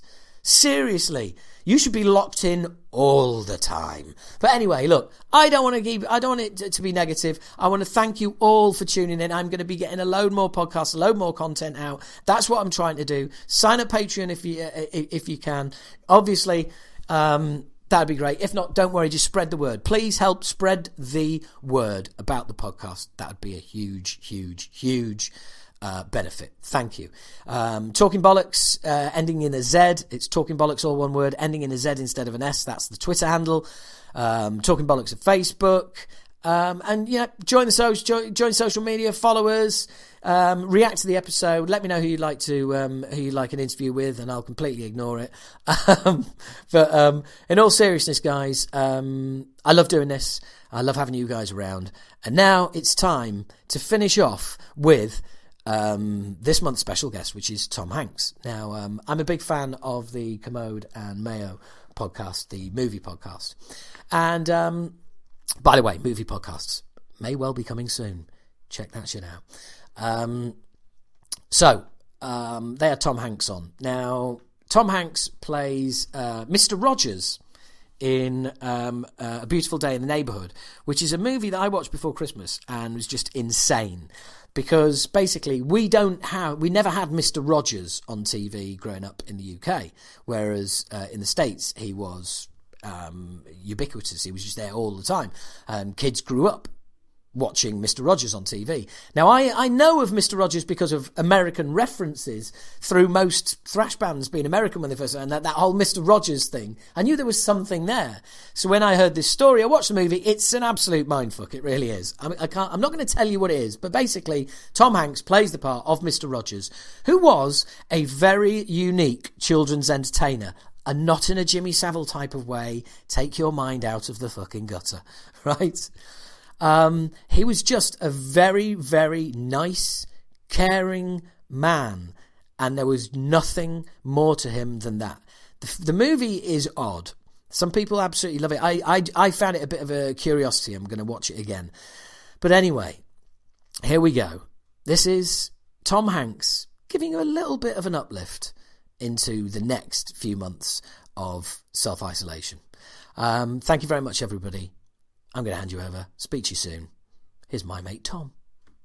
4 words. This too shall pass. You having a rotten day? You having a hopeless day? This too shall pass. You having a great day? You feel on top of the world? This too shall pass.